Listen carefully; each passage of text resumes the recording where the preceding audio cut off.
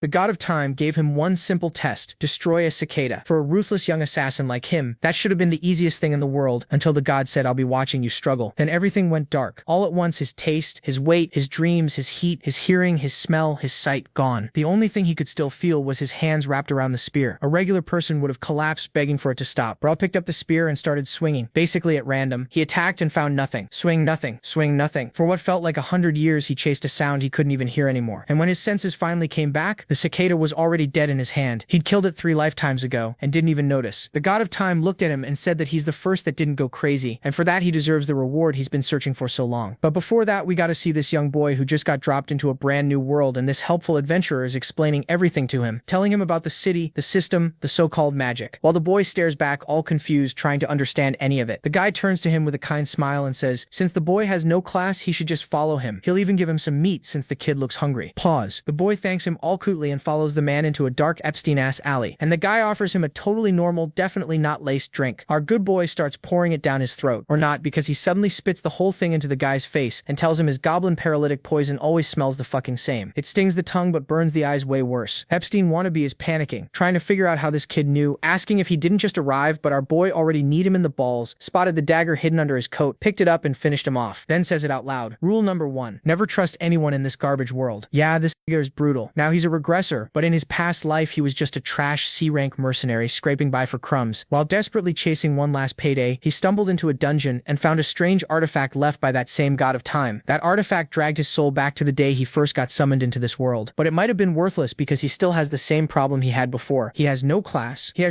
And after a lifetime of struggle, he got a low-tier bone buff talent. Now this is not your Sung Jin Woo story, where this dude will become unbeatable in 5 chapters, but holy cow, this white-ass emo boy will make dudes tremble. And of course the girls have very big hearts, so I have nothing more to ask. Back to the moment he was disappointed, finding out nothing had changed. To him, this regression felt useless, since his stats were exactly the same as before. Even so, he still had all the memories from the 13 brutal years he spent in Area. As he walks, he arrives at the Healthy Bone Realignment Clinic, and knows this is where he has to change things. In Area, there were many kinds of summoned people: mages who used magic, martial artists who used martial arts, and the most common of all were the classless. They could learn anything, but they were also the weakest, often dying before they learned enough to survive Area. That had been his life too, 13 years as a C-rank mercenary suffering one humiliation after another. In the end, he died poor and unnoticed. An old man studies the boy who wants a skeletal remodeling procedure. Knowing what chances he missed before, Sun Min decides to act differently and become far stronger. His plan works. He gets the low-rank martial skeleton and the celestial cultivation technique.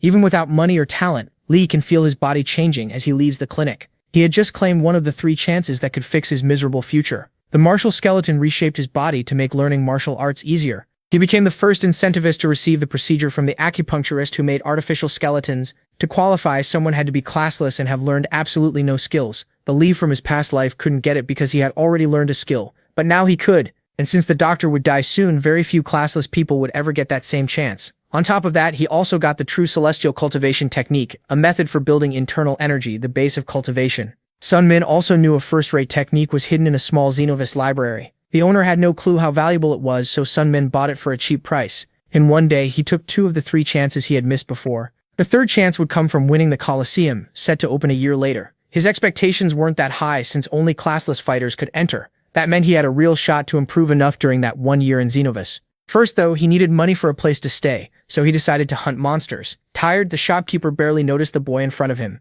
Several men were looking over the armor and gear on display. With bright eyes, Sun Min says he wants to buy some of it. The vendor asks if he can actually pay. To get all of it, he would need at least 300,000 Erts. He even tries asking for credit, but it fails, and he's thrown out. Still, the vendor notices how determined he is. Sun Min then offers his clothes as payment. He claims they're high-quality clothes from an advanced world, but the vendor just bursts out laughing. That reaction starts to annoy some of the men nearby. The vendor says he won't lower the price just because the boy is classless. To him, the brat had no shame. Even so, saying he didn't need the dirty clothes, he agrees to sell on credit. The vendor liked the kid's guts, fighting this hard despite being just a brat. He figured the boy wouldn't die anytime soon and might turn into a loyal customer. Now geared up, Sun Min looks toward the dark forest. Buying armor had been the right move, even if it cost him everything. He was glad for the favor and felt lucky this new life was already going differently. As he walks, he stays completely alert. Once inside the hunting grounds, he remembers how 13 years ago he came here as a helpless boy with no armor and no skills. Back then, he had been completely pathetic. The system lists several gains, including Lightning Step, a strong skeleton, and Destruction Palm. Soon the sun starts to go down. Then something suddenly moves fast nearby. A goblin tries to hide in the forest, but Lee Summon is already using the soul-chasing sword technique on it. With one strike, his spear drives through the goblin's face in a clean one-shot, one-kill. The goblin can't defend at all. Afterwards, Summon tries to rest, but sharp pain spreads through his body. Looking at his hand, he sees the problem. One-shot, one-kill uses the left hand for support when throwing the spear, and his untrained hand got burned. Still smiling, he decides to toughen his hands through training. Even if this regression seems useless, it's still a fresh start. In a dark place, red smoke rises. A mysterious young man sits on the ground and uses his power. Magic wraps around his body as he senses something strange nearby. Sun Min returns to the simple inn where he had stayed since arriving in area. When he enters, he's greeted with a smile. Jack Atrusi, the middle-aged innkeeper, is waiting for him. Sun Min hands over that day's lodging fee with a new dimensional pouch. Jack thinks it's odd for a classless boy to own something so rare, but Sun Min just says he got a good deal. Used to strange things by now, the old innkeeper doesn't press him and instead checks the goblin teeth and fluids. Jack lets him stay 2 more days, taking the materials as payment. Even so, he's amazed by Sun Min's persistence and sees real potential in him, especially for a boy who came to Xenovis with no class and no skills. After 2 weeks, he was still alive, hunting every day and always bringing back enough to pay for his room. Jack says most classless people could never do that. He even says Sun Min might become someone like Zenon. Done with the talk, the boy turns away and heads upstairs, saying he needs rest after a long day. Once inside his room, he thinks about Jack's words. He wasn't gifted, just stubborn, desperate, and still alive. When he opens his status window, he checks the techniques he has gained. Even after starting over, he still kept the knowledge from his past life. He knew he could reuse techniques from memory, but the ones he had mastered before were mediocre. No matter how much he trained them, they would never let him surpass the strong. Only the celestial cultivation technique gave him any real hope. It wasn't amazing on its own, but paired with better martial arts, it could carry him much farther. So he decides to focus on improving that technique first. The next morning, just as he's about to leave, Lula, the innkeeper's daughter, stops him. Worried, she asks why he keeps risking his life in the forest every day. Lula tells him he could just take a safe job nearby, but Summon has already made up his mind. As someone from another world, he needs to hunt to earn money. Lula still thinks he's an idiot and tells him to find a normal job. Worried, Lula offered him work at the inn since her father liked him, but cooking and cleaning just weren't for him. She still couldn't get why he'd risk his life instead of taking a safe job. Lee Sung-min stayed quiet, thinking about this new life. He turned away and said he'd be back by dinner. In his past life, he survived by giving things up, and he knew he could do that again. But he refused to live the same way this time. He swore he'd finally get what he deserved.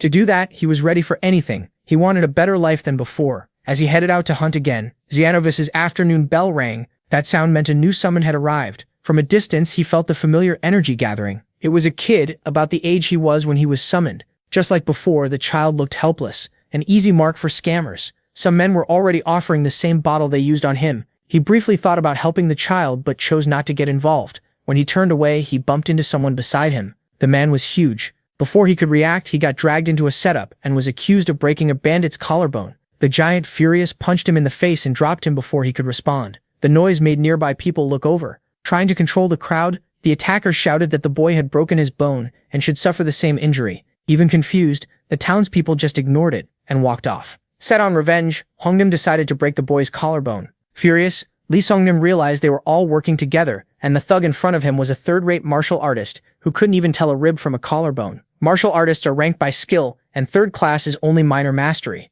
Lee Seung-min hadn't even fully reached that level yet. He'd need help to win, but he knew nobody in Xenovis would step in. When he realized the child would be sold as a slave, he stepped in and warned him not to drink the poison. The child looked confused but stopped raising the bottle. Lee Seung-min hoped the boy knew some martial arts and was from Murim. Then the drink spilled onto the ground. Hyung-nim stepped in front of him and mocked that he'd sell well to nobles with twisted tastes. He bent his knee to strike with a blow, but Lee Seung-min refused to let it end there. He used lightning step to close in on his enemy. Then he followed with exoskeleton steel break, catching the thug off guard. With one hit, he kicked the attacker's rib. His partners watched from a distance. Destruction Palm and his other moves worked, but the man was absurdly tough. The two paused for a moment to catch their breath. Even with his experience, Lee Sung-min still couldn't match stronger martial artists. Hyung-nim wasn't scared at all. He figured the smaller boy would wear out first. Meanwhile, one henchman warned that the noise would bring the guards. Determined, Lee Sung-min rushed in again. The child watched the fight closely from afar. Realizing fists weren't enough, Lee Sung-min grabbed his spear without hesitation. Then the child suddenly appeared beside him and asked him to repeat what he'd said earlier. Lee Sung-min had no idea why. Telling him to wait a second, he tried to block the next attack, but the boy stopped the giant's hand with one touch. Then he blasted Hyung-nim away with his power. "I can't believe those insects of mine treated you so rudely." The bandit crashed onto the pile of injured bodies. That palm strike filled with internal energy was far beyond second or first class. Lee Seung-min realized the boy beside him was a peak martial artist, despite being the same age. After the fight, Seung-min was shocked. The boy might be Wooji Ho-young, the little celestial demon. The demon cult is made of unorthodox sects that worship power above all. Its strongest member becomes the celestial demon, and his son is called the young master. That meant the boy was the little celestial demon, Wooji Ho-yan. Even though he was Seung-min's age, the gap between them was huge. In that moment, Seung-min knew he was facing someone famous in area. Even though Seung-min already knew, Wooji Ho-yan introduced himself anyway. Later, the two talked in a room, and Lee Seung-min gave his own name. The boys shared something very important. Area was a completely different world. There was no demon cult there. Wooji Ho-yan laughed, clearly enjoying the situation, but there was concern in his eyes. Thinking back to the square, he asked what Lee Seung-min had shouted at him. Not seeing why it mattered, Seung-min said he was warning him not to drink goblin paralytic poison. But the little celestial demon didn't like being addressed so casually. So Lee Seung-min bowed and apologized, saying he didn't know he was the young master. Inside, he couldn't believe he was bowing to a 13-year-old. Wooji Ho-yan smiled, completely pleased. Then he pointed at Seung-min and said he'd seen him use martial arts earlier, but called those techniques trash. He said Seung-min's fighting style was ridiculous, and asked where he'd learned such a mess.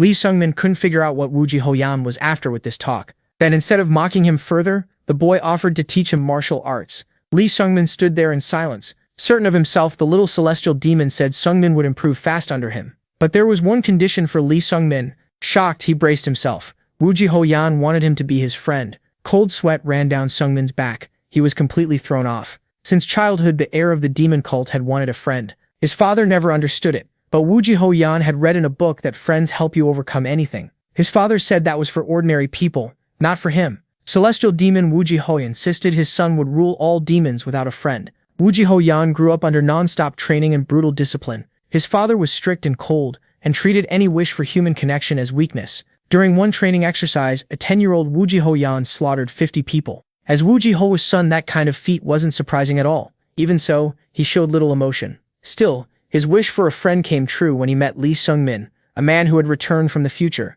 As the sect heir, huge expectations were placed on him from birth, and his training began early. Because of that harsh childhood, he never had the chance to make friends. Even under such strange circumstances, the two made a friendship pact. Wooji Ho-yan couldn't hide how happy he was to have a new friend, Lee Seung-min. So the regressor, nearly 28 inside, became friends with a 13-year-old. Wooji Ho-yan began teaching Seung-min the mystic arts of the Violet Dawn, a demon cult technique known for its violet-colored internal energy. Seung-min was confused. He thought he would be learning demon arts directly. Now that they were friends, the little celestial demon told him to speak casually. When Lee Seung-min changed his tone, the boy looked fully satisfied. The true demon arts could only be learned by the cult leader and heir, so Seung-min would study other techniques instead. Walking through the forest, Lee Seung-min realized quite a bit of time had passed. Wooji Ho-yan had trained him in the mystic arts of the Violet Dawn for a whole month. He could now beat several monsters at once, but he still wanted more strength. His level had risen to somewhere between 3rd and 2nd class, far better than in his past life. Even with that progress, Wooji Ho-yan's sharp criticism kept pointing out his flaws and pushing him harder. In the forest, Lee Seung-min thought about gathering his spoils. Then a huge creature burst from the trees. A deadly monster lunged at him. If he hadn't dodged in time, he'd have died. Looking closer, he saw it was an orc. He checked to his right, then left, and realized he was alone. He would have to kill the orc by himself. He drove his spear into the creature's chest. Soon he tore a hole through its body, leaped in, and finished the fight. He thought killing it had been easy, but then remembered Wooji Ho-yan's annoying comparisons. Still, he studied the orc's odd appearance, since monsters like that normally didn't live there. A voice praised him, saying he was strong for someone so young. A man then approached him carefully. It was Moon-hee Ryung, a famous warrior once called the orchid-destroying sword of the central district. Lee Seung-min didn't know what the man wanted. Pointing at the dead beast, Moon-hee Ryung said he'd been hunting an orc that had been causing trouble nearby. Back in the city, a small monkey, Dusong Ryung, wondered if the boy in front of them wasn't too young. But Moon-hee Ryung said he'd seen the boy fight himself and found his skills interesting. Wang Pei, called the Black Rain Dagger, accepted Moon's judgment and introduced himself. A girl named Rainier then introduced herself and said she came from Vela's magic school. Curious, she asked if the young man knew what kind of job was waiting for them. An orc group had built a village nearby, raiding other villages and killing adventurers, so the guild offered 20 million earned to wipe out the orc village. If they won, the money would be split into 5 shares. The boy quickly figured his cut would be about 7 million. Even with that big reward, Seung-min still doubted the people around him. Moon-hee Ryung waited for the boy's answer. After a short pause, he agreed. Please, the warrior said. The mission would be much easier with him. Sandman appreciated the welcome, but he still felt uneasy. He asked about the two people sitting there and learned they were just pack mules, classless nobodies. When they heard the new fighter was from Marim, they bowed to him. Their job was to carry supplies paid from whatever money was left. After the girl handed them coins, they went to buy apples.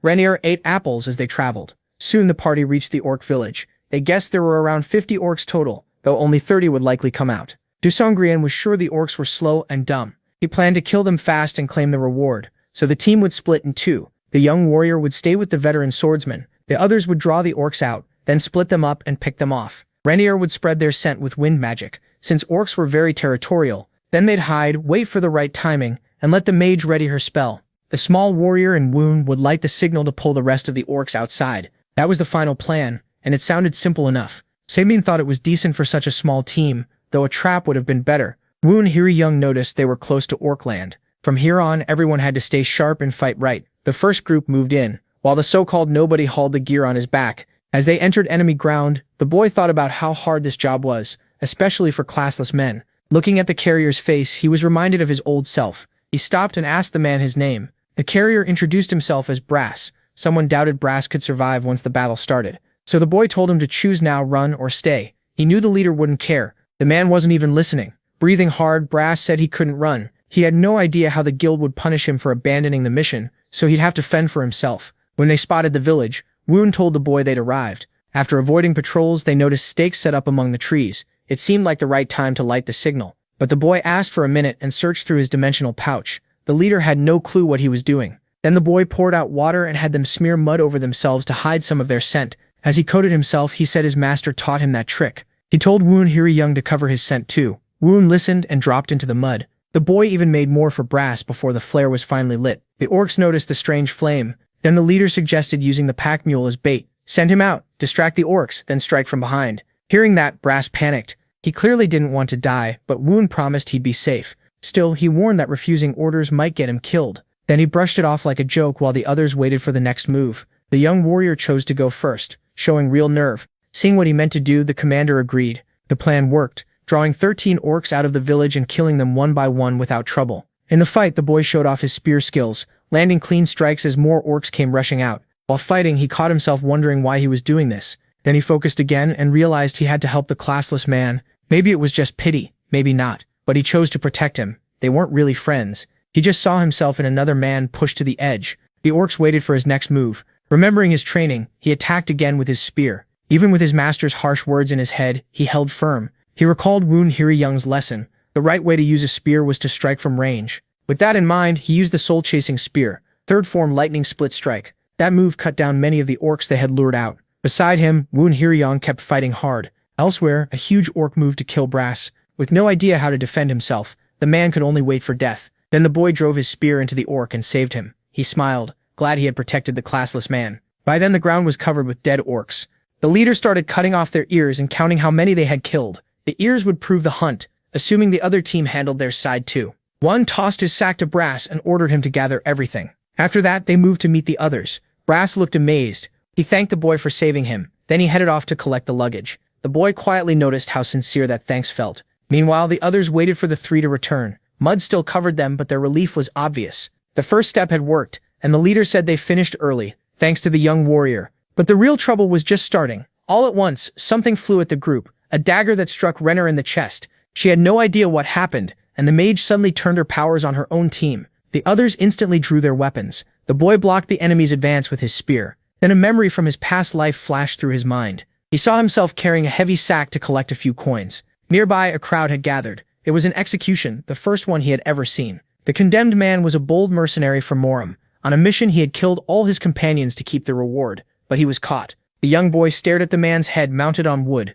Back in the present, that same man stood before him. Surprised by the boy's quick reaction, Woon Hiri Young praised him, but the boy already knew the truth. He had seen this man's execution in another life. Even after 13 years, he still remembered it clearly. The leader admitted the boy was impressive for his age after watching him fight the orcs. A second-category martial artist, he challenged the young warrior and said the boy was still weaker. Even knowing the fight would be rough, someone refused to back down. Though lower in level, the boy moved better and read the fight well. He saw the attacks coming, using his spear's reach with sharp precision. Reading the flow of battle, he landed a hit and proved that his past experience and Hoyeron's training made him a real threat. Seeing it up close, Young was impressed. Even so, he knew the boy couldn't keep this up forever. But the boy had a trick ready. He had mixed poison into the mud. It didn't need to be injected directly to work. That poison was enough to shake the man's strength and balance. Now Young was losing ground and had to change tactics. He suddenly threw himself aside, and Lee Summon saw at once that it was risky. His hands shaking, the enemy grabbed the carrier as a hostage. He declared he could kill the man in one strike. The boy tensed, unsure how to break the deadlock. Young was sure Brass had become his weak spot. The boy froze for a moment, but never stepped back. Still, using Brass like this was a bad move. He had only helped Brass because the man reminded him of his old life, and now his anger showed. At the same time, felt the poison spreading. The boy fought down his emotions, fatigue and doubt, forcing himself to stay calm. He knew he couldn't win carelessly in this state and had to save his strength. If he missed, he'd hand the fight over. If he waited too long, Brass would die. Then Brass did the unexpected. He struck one's legs, trying to buckle his knees. The boy saw the courage of a classless man doing the impossible. Brass clung to Woon's body and threw his weight into him. But the enemy stabbed him with a knife. As Brass cried out, the man looked pleased. A moment later, the young warrior was there. The enemy panicked and tried to beg, but was killed at once. Elsewhere, the monkey had beaten the mage Wang Pei after a hard fight. The danger was over, but the price was heavy. Brass was dead, and Li Songmin stood above the bodies with his spear through the enemy. After Young and Wang Pei died, their bodies were taken to the mercenary guild so the reward of 35 million could be claimed. Wu Jihyun was glad the warrior came back safe. She asked why he was so late. Exhausted, the protagonist dropped onto his bed, wanting a little rest. But Brass's death still weighed on him. If he'd had just a bit more strength, he might have saved him. Back in his room, he kept thinking about what he'd done and felt stained by it. Wu Jihyun suddenly asked if he'd killed someone. She said she could smell human blood on him. Li Songmin explained that a second-rate martial artist tried to kill him, so he had to fight back. Even then, the little demon felt he was still hiding something. What bothered her most was simple. What was he keeping from her? After hearing that, the boy stood up. He admitted he didn't even know what he was hiding, but he could feel her doubt. He asked if she found it strange that someone like him beat a second-rate martial artist, but Wu Ji avoided the question. Looking at him, she knew he was no ordinary person. As Wu Jihyun wandered the city, she had been trying to understand this world better. She had seen many things there and learned how the classless lived. Most of them were miserable and barely had enough to eat. To humans, killing bugs is easy, but killing even a small animal takes resolve. Through all the hard training, Huizhen kept watching the boy closely. On the very first day after being summoned, Xiongmin went straight into the forest to hunt monsters. To him, survival depended on it, but maybe the other classless couldn't do the same. Or maybe they knew they should, but couldn't risk their lives or kill another living thing. His friend couldn't understand how a 14-year-old classless boy had done all that in one day. After admitting he had adapted fast, she brought up her second doubt. Wu Jihyun said he had no talent. If she taught him 10 things, he'd only learn 3 or 4. Even so, after just 2 months, his spear skill was already beyond a normal beginner's. He didn't make rookie mistakes, and his control over internal techniques was far too polished for someone so new. That was why she found it so strange that a talentless person could learn martial arts this fast. Hoyun's instincts, built from years of experience, told her there was more behind his calm face. Songmin didn't know how to answer, so Hoyun finally said she hated lies. The room fell quiet. Li Songmin said everyone had secrets they wanted to protect. Trying to force them out wasn't something a friend should do. The child didn't know how to answer that. She only said she had a secret too, like everyone else. She offered to trade secrets, but he wasn't interested. Even so, she tried tempting him with a top martial art. But with no talent and so little internal energy, he knew he couldn't use it. The child, now stumped, didn't know how else to convince him. At last, she offered him 20% of her internal energy. That completely stunned the protagonist. Deep down, the child was only curious about his secret. As his only friend, she wanted to know everything about him. Looking him in the eyes, she said that was what friendship meant to her. Sitting on the bed, Xiongmin asked Hoyun for a promise. If he told her the truth, she couldn't kill him, but Wuji said she could never kill her friend. Letting her hair fall, she revealed that she was actually a girl. The protagonist was completely shocked. She explained that her father kept it hidden from the sect, so she had to live as a boy to follow her path. The reveal was so huge that Xiongmin went silent. Even after coming to this world, she kept the disguise because she'd lived that way for so long. That was the secret she had hidden from everyone, and now she was trusting him with it. After thinking it over, Songmin said they would need separate rooms now. With the mood still heavy, he felt he had to be honest too. Gathering his courage, he took a deep breath and said he was a regressor. Wuji's eyes widened, but she had no idea what that meant. He explained that he had died, gone back in time, and kept the memories of his past life. That made his strange abilities easier to understand, even if it still sounded unbelievable. In a world like this, though, anything felt possible. Curious, the girl asked why she would want to kill him over that. Even if he looked like a 14-year-old boy, his mind belonged to a 27-year-old man. He still felt bad for lying about his age, identity, and past. But to Hoyalan, None of that mattered. She was the one who approached him, told him to learn martial arts, and chose to be his friend. He hadn't tricked her. He only accepted what she offered. So she had no reason to kill him or end their friendship. In those 2 months, she had come to see him as a real friend, and one secret wouldn't change that. To her, that was friendship. Her face softened with emotion as she thanked him for trusting her. Their bond had become real, built on trust and respect. Then she teased Sungmin a little. Even with another life, his current level was still low. She had tons of questions, but those could wait. For now, she was ready to pass some of her internal energy to him. The protagonist was shocked that she really meant it. Internal energy was the power martial artists stored inside their bodies. It was what let them perform superhuman feats. There were no shortcuts. Only cultivation could build that power, which was why people spent their whole lives training it. When Hui Yin started the transfer, she noticed his blood vessels weren't clean. They were packed with impurities. Even so, she began sure he could absorb at least some of the energy. He just had to use the Violet Dawn arts to keep about 20%. She pressed her palm to his back and started the transfer while he endured it. He could feel the energy moving through his body, even tired after the transfer. Hui Yin smiled and asked what it felt like. The power, heat, and pressure rushing through his meridians made his whole body shake. That 20% was more internal energy than he had gathered in his past life. He managed to keep half of it, and it changed his body. The rest would settle through his meridians, and with more Violet Dawn arts training, that power would truly become his. Afterward, Hui Yin collapsed onto the bed to rest. Beside her, the boy thought about why she was doing so much for him. When he asked, Wuji, Hui Yin just smiled and said it was because he was her friend. Everything she did for So Min was her own choice,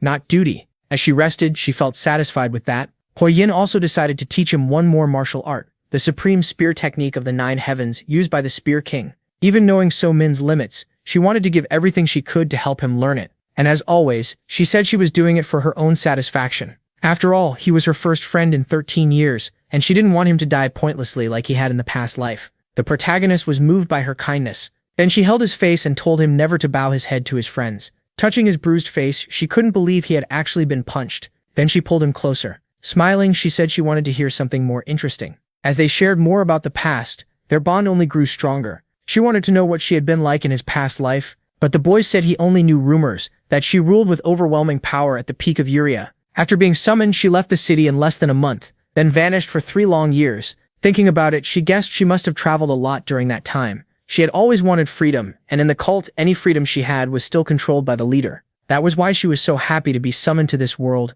and to have made a friend. At last, she revealed that she planned to leave in a month. Dreaming of freedom, she wanted to see the world for herself. After teaching him the supreme technique, she would go on a journey like before. Now she wanted to hear his plans. She asked how her friend wanted to live this life. Hearing that, even he didn't know how to answer. When he thought about his old life and all the pain in it, he only knew one thing: he didn't want to repeat it. He just wanted a better life this time. To the girl, that answer was too vague. She was determined to find out what Lee Summon's real goal was. Resting his head on the bed, he admitted he still wasn't sure. She said she'd be waiting to hear it when he finally figured it out. She also wanted to hear every little detail about his past life. Embarrassed, the protagonist said he didn't have much to tell. But thinking on it, Summon realized he'd never had anyone he could truly call a friend in any life. Huizhen was his first. The night passed as they talked, and then a month flew by. Before leaving, the girl wanted to test how much Summon had learned. It was their last training session before goodbye, and he had to show her everything. Now he had to prove himself with everything he had learned. Huizhen just smiled, sure he still couldn't beat her easily. Summon raised his spear, eyes full of resolve.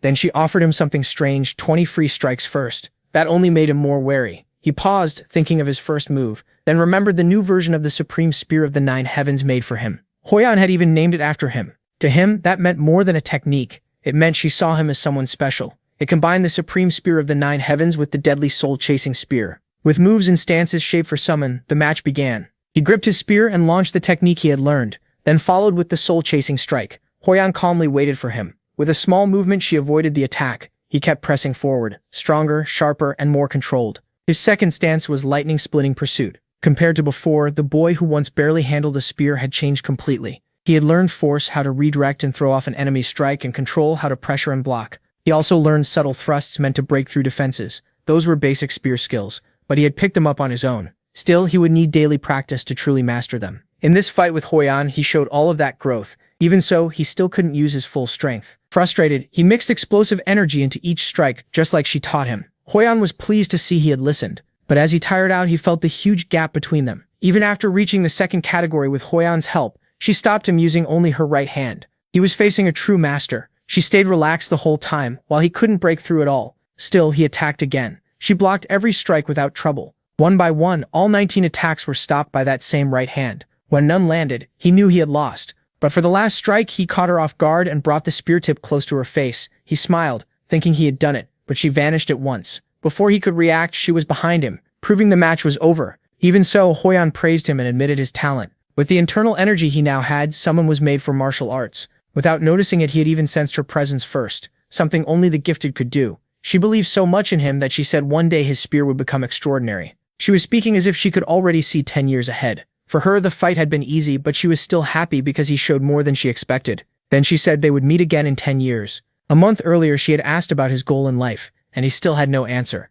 So she told him to make her his goal instead. Without a goal, a person just drifts through life. Her challenge was simple. Come back in 10 years strong enough to beat her. Someone hesitated, saying he could never reach her level. He said he had no talent, unlike Hoyan, a genius who had taken many elixirs. They had started from completely different places. That old inferiority from his past life was dragging him down again. Hoyan openly showed her frustration. She hated that weakness in him, and her words lit anger in his eyes. He snapped that he had arrived in an area with nothing, no talent, no support. He had fought a boar in the mud and lived like trash until he died.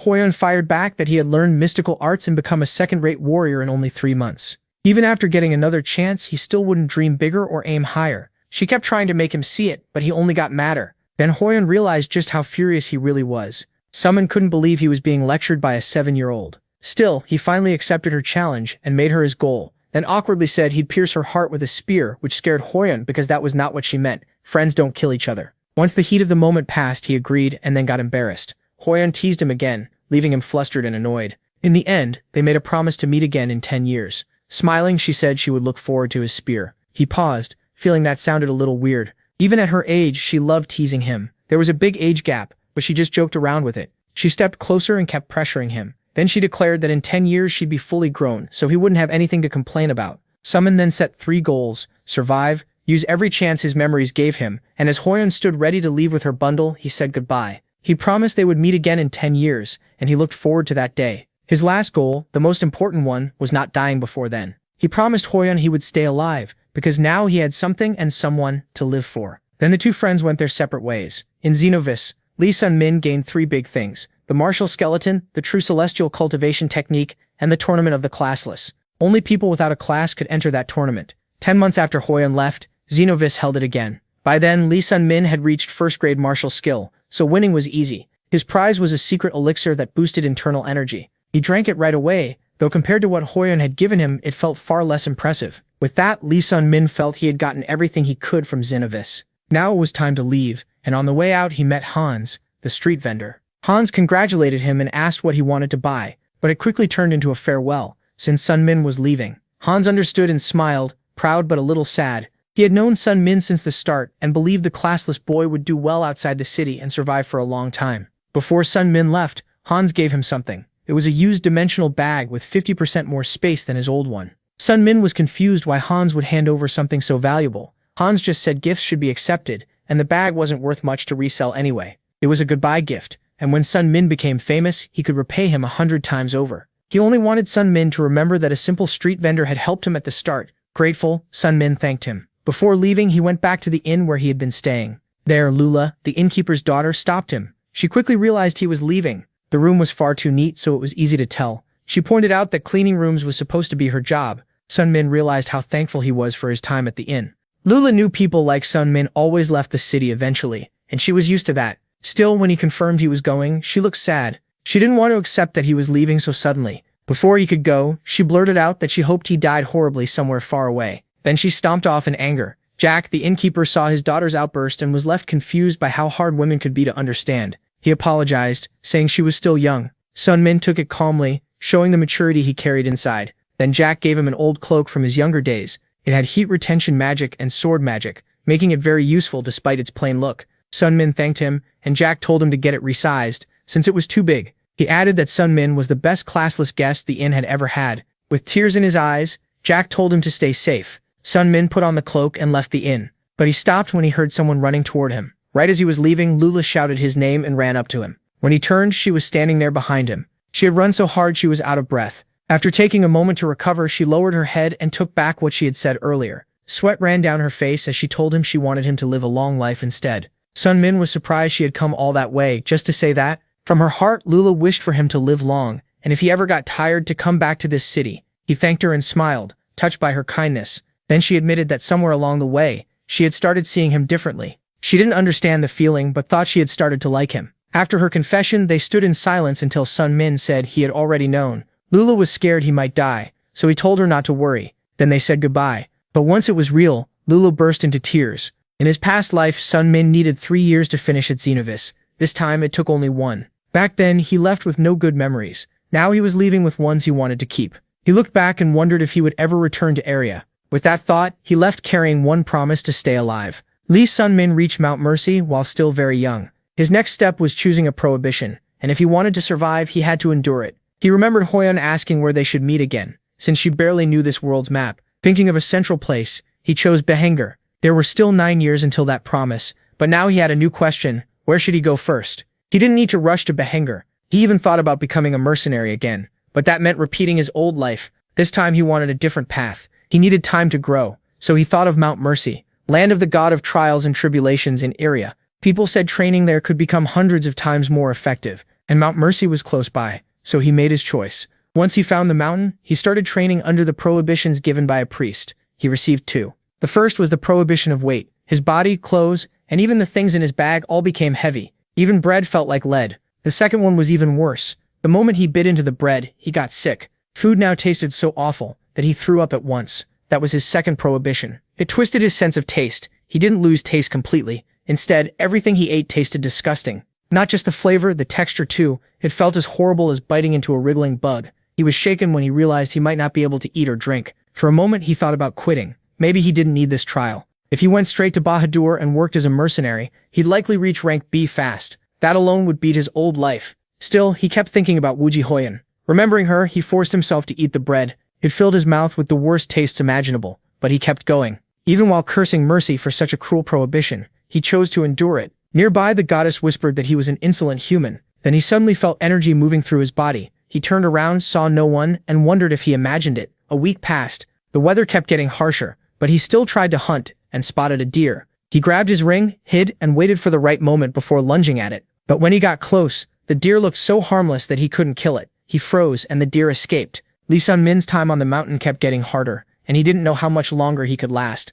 Exhausted, he set down his spear and thought about his life. With no proper nutrition, he survived on bread and water. On that mountain, he had to find his own food, clothes, and shelter while dealing with the prohibitions. The weather swung to extremes, and the beasts were fast and strong too. The weight made hunting hard, and even if he succeeded, the taste prohibition made eating nearly impossible. He planned to train there for at least 2 years, yet he was already near his limit after 1 week. While thinking about that, he sensed someone strange coming closer. Then a woman appeared. He didn't know her and wondered who she was. There was a rule on the mountain that stopped practitioners from harming each other, so maybe he was safe. Still, the woman had a prohibition that kept her from speaking. She could only use gestures. Sun Min quickly understood that she carried the voice prohibition. Then the same deer from before appeared in front of him, dead. Using a stick, the woman wrote on the ground in Iria's common language. She had been watching him for days and knew he would die soon at this rate, so she came to help. He was thankful, but still suspicious, and asked what she wanted in return. She wanted nothing. She was simply helping. That strange woman ended up helping him completely. She called herself just a kind person, and whenever he was in trouble, she showed up again. One day he asked her name and was stunned by the answer. She was Baksogo, a legendary figure from his past life, known as Baksogo the Lightning. She was famous for moving as fast as a flash, but meeting a future legend wasn't what shocked him most. He knew that 8 years later she would be killed by Wooji Hoyeon, the little celestial demon. On Mount Mercy, practitioners received brutal new prohibitions every 6 months, and they couldn't harm each other. Sun Min tried to figure out how Baksogo could have died, wondering if it happened in some dungeon. Beside him, the woman watched him carefully. He jumped a little when she suddenly moved again. She wrote on a stone with her fingers, checking on him and worrying that he was starving again. Even with her great martial skill, her prohibition stopped her from using sound transmission too. As he looked closer, he noticed something else was wrong with her. After a year and a half on the mountain, her newest prohibition made her unable to feel her left arm. Just like him, she also lived with harsh limits. Baksogo pitied him, especially because he could no longer enjoy food. Curious, he asked what kinds of prohibitions the others had, so she decided to introduce him to the other people who had trained there for over half a year. Before he could think, Baksogo vanished like lightning. Startled, he wondered how anyone could ever match her speed. Even without the weight prohibition, he couldn't move that fast. With his heavy body, he realized he should work more on movement skills. Interested, he tried asking Bak Sogo to teach him, then awkwardly said he was joking. Instead, she grabbed him with one arm and lifted him. Since he was too slow, she decided to carry him on her back. Panicked, he asked her to wait a second so he could understand what was happening, but she ignored him and ran. When they reached the others, a terrible smell hit them. Scarlet, a future Grand Mage, had prohibitions that stopped her from bathing or changing clothes. Dapijon, the future Phantom Sword, had lost sight in both eyes. Sogo had restrictions on her left eye, left arm, and her voice. Lee Sun-min quickly realized he was surrounded by people he knew by name. In the future, they would all become famous powers in area, but right now, they were still unknown. Scarlet asked what his prohibitions were. When she heard he started with 2, she doubted him and wondered how long he would last. Dapijon said that for someone seeking power on Mount Mercy, 2 prohibitions made sense. The old man believed the boy was willing to break past his limits, no matter the cost. Sun-min agreed with every word, even if his answer gave the others chills. Dapijon explained that all kinds of people came to the mountain, but only 4 had stayed through the last 6 months. He said he'd be watching to see what the boy did next. He also pointed out that Bak Sogo had started with 2 prohibitions as well. Once introductions were done, they headed back, but she had said 4 people had trained there for more than a year and a half. That meant there was a 5th person, someone named Flam, a name that made everyone wary. Dapijon warned that Flam was dangerous and shouldn't be introduced to the boy. Sun-min didn't understand why everyone feared the last practitioner, but he let it go. Time passed, and after 4 brutal months, he had grown much stronger. The prohibitions got worse, adding more weight and making food even harder to bear. Even so, his progress was impressive. After those 4 months, his Violet Dawn mystic art reached 3 stars. His attacks also became far more accurate and powerful. Mount Mercy was brutal, but the results were worth it. By day, he trained with the Supreme Ring of the 9 Heavens summon style. At night, he practiced the Violet Dawn mystic art. He accepted the pain as part of his path, even when it felt like his bones might snap. This was the fate he had chosen. His body changed as he grew stronger, and his clothes started to feel too small. Then he saw a new face, someone his age watching him with interest. The young man seemed impressed by the spear technique he had just seen. Standing nearby, the newcomer said he had never seen someone his own age on the mountain. He introduced himself as Flam, the very name everyone had spoken with fear. Curious, he asked for the name of the boy with such impressive skill. Elsewhere, Scarlet sat practicing magic while thinking about true geniuses. Dapijon had explained that Flam's talent was so overwhelming that he laughed while standing above everyone else. That was why Sun-min had been warned not to meet him, or he'd fall into endless despair.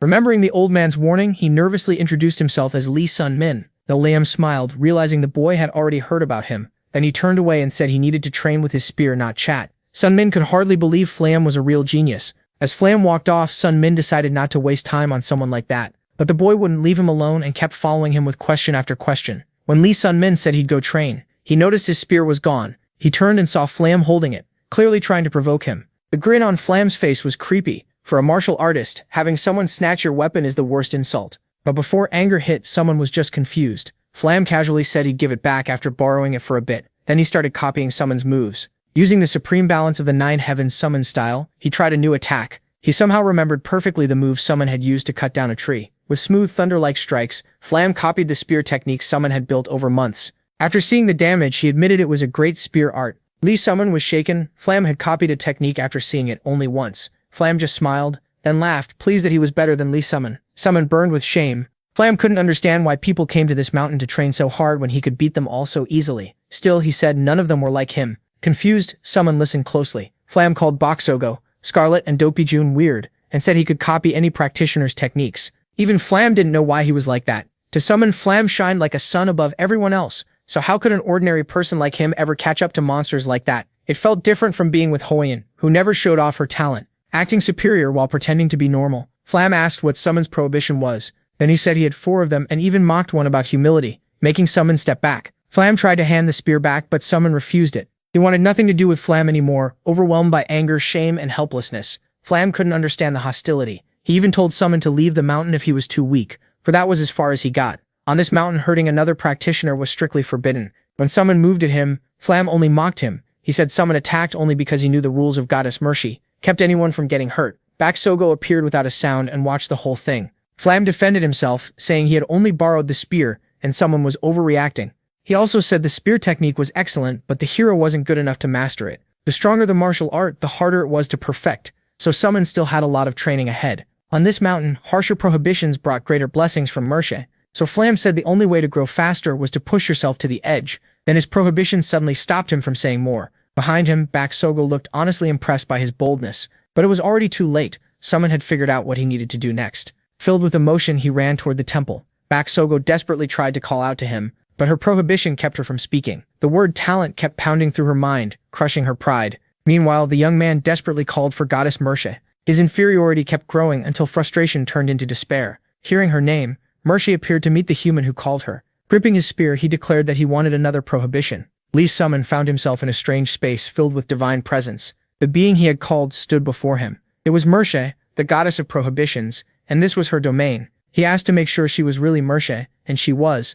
The goddess had answered his call. Curious, she asked if he truly wanted to add another prohibition. He already carried taste and weight, both brutally hard. Even so, he was ready to bear one more. Mershe doubted the reason behind his choice. His soul carried the mark of someone who had gone back in time, a regressor. A god can see a mortal's causality. Everyone is born fated to die, and defying that law distorts fate itself. Those who break their destined limits are called transcendental beings. He was not one of them, yet he had still twisted causality and returned to the past after death. Every existence is tied to cause and effect. Defying death was unnatural, and his soul would pay a huge karmic price. Nothing would happen while he lived, but after death he would suffer for millions of hours. That was the true cost of breaking the law. But the protagonist didn't seem worried about death at all. In front of him, Baksobo looked deeply upset by what he had done. She had realized he added another prohibition despite already carrying two terrible ones. As he trembled, he noticed he had made her worry. Her face showed surprise at his words. Then she asked what kind of prohibition he had chosen. Now he would bear the prohibitions of heat and dreams. Restrictions tied to senses and abstract things were far worse. The first stole all warmth from his body. Sunlight and fire meant nothing. The second turned sleep into endless nightmares, forcing his worst memories to repeat. His parents' childhood fear, anxiety, every painful thing haunted his dreams. Sleep no longer brought rest, and Baksobo realized just how insane he was. What he did was reckless, and even if he grew strong fast, the cost would be awful. While she argued with him, the young man quietly answered. With a sad face, he said he had no talent at all. His growth was too slow for someone carrying so many restrictions. That gap between effort and talent made Baksobo wonder what kind of person he really was. Lee Summon had chosen a goal beyond what his talent should allow, and Flam had shown him what needed to be done. If he wanted to stand beside people with absurd talent, then he had to do something just as extreme.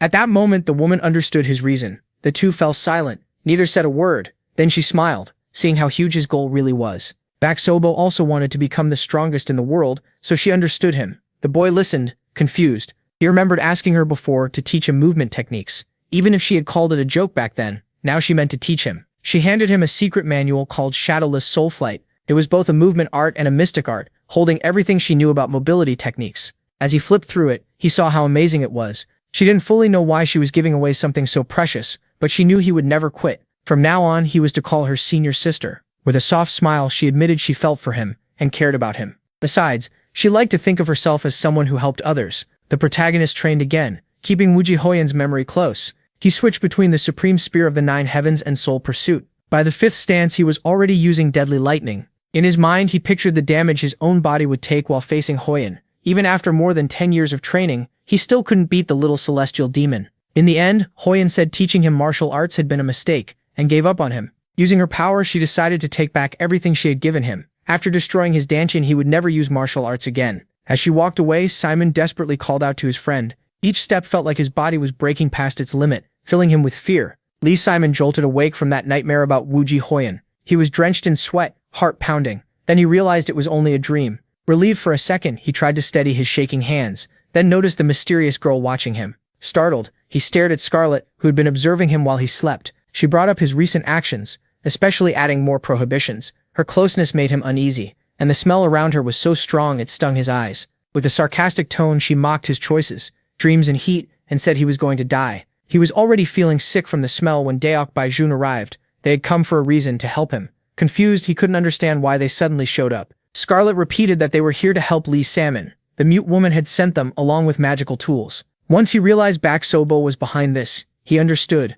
Scarlet had brought magic scrolls he could use to learn spells. With those scrolls, using magic would become much easier. Daok Baijun offered a more direct kind of help, training his body to handle the pain of the prohibitions. Determined, the young man was ready to do all he could. At that moment, the two prepared him for battle. Scarlet taught him 4 kinds of magic, starting with mental cleansing. It was meant to purify his mind after the nightmares had polluted it. The second spell was a simple one that could strengthen him faster. That made it very useful for enduring the weight prohibition. As he sparred with Daok Baijun, he used the third spell to recover fatigue. It was a magic that restored stamina, but using too much of it would drain his life force and could fail. Still, if he wanted to survive that hellish training, he had no other choice.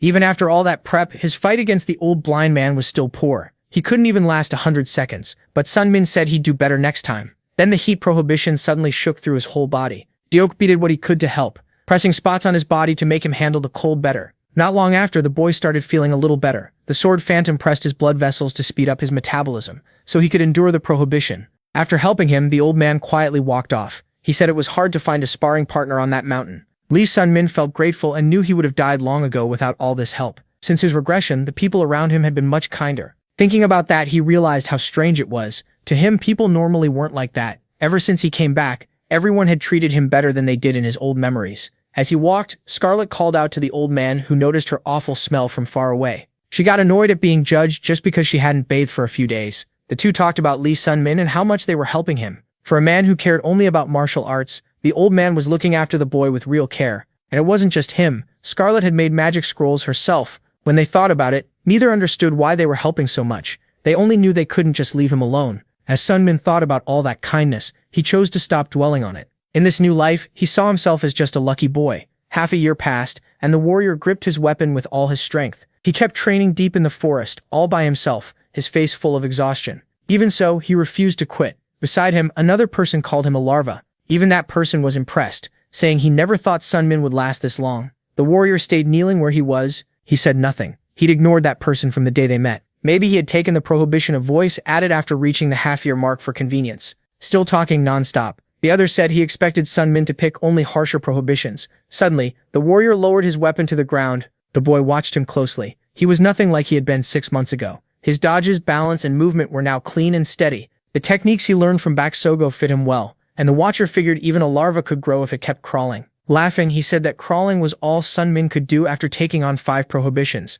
Sun-min ignored every word and kept training. Curious, the other watched again with wide eyes. At last, he picked up his weapon. He demanded to know why he was still being ignored, saying he could read Sun-min's body language anyway. Tired, the boy wondered if this guy had nothing better to do. He knew the other was dangerous, but also knew he couldn't be killed because of the rule against violence. Even so, his companion hit him. The warrior fell, not even noticing the attack in time. The other laughed, saying it was pathetic watching him crawl around like a larva. He had found a way to hurt him indirectly. Holding up his sword, he said Sun-min couldn't do anything like that. The weapon was a key sword. He taunted him, saying he'd never have power like this. So while Sun-min had to struggle for every step, others like him could reach that level easily. Even with all those barriers, the protagonist would keep going, and that shocked the other. To him, there was only endless despair for someone so untalented. Maybe all that effort was pointless, but Sun-min would still fight in his own way. No matter how long it took, he'd keep moving forward like a larva. The other could stay arrogant. One day, Sun-min would drive his spear into that proud body. Even while showing off,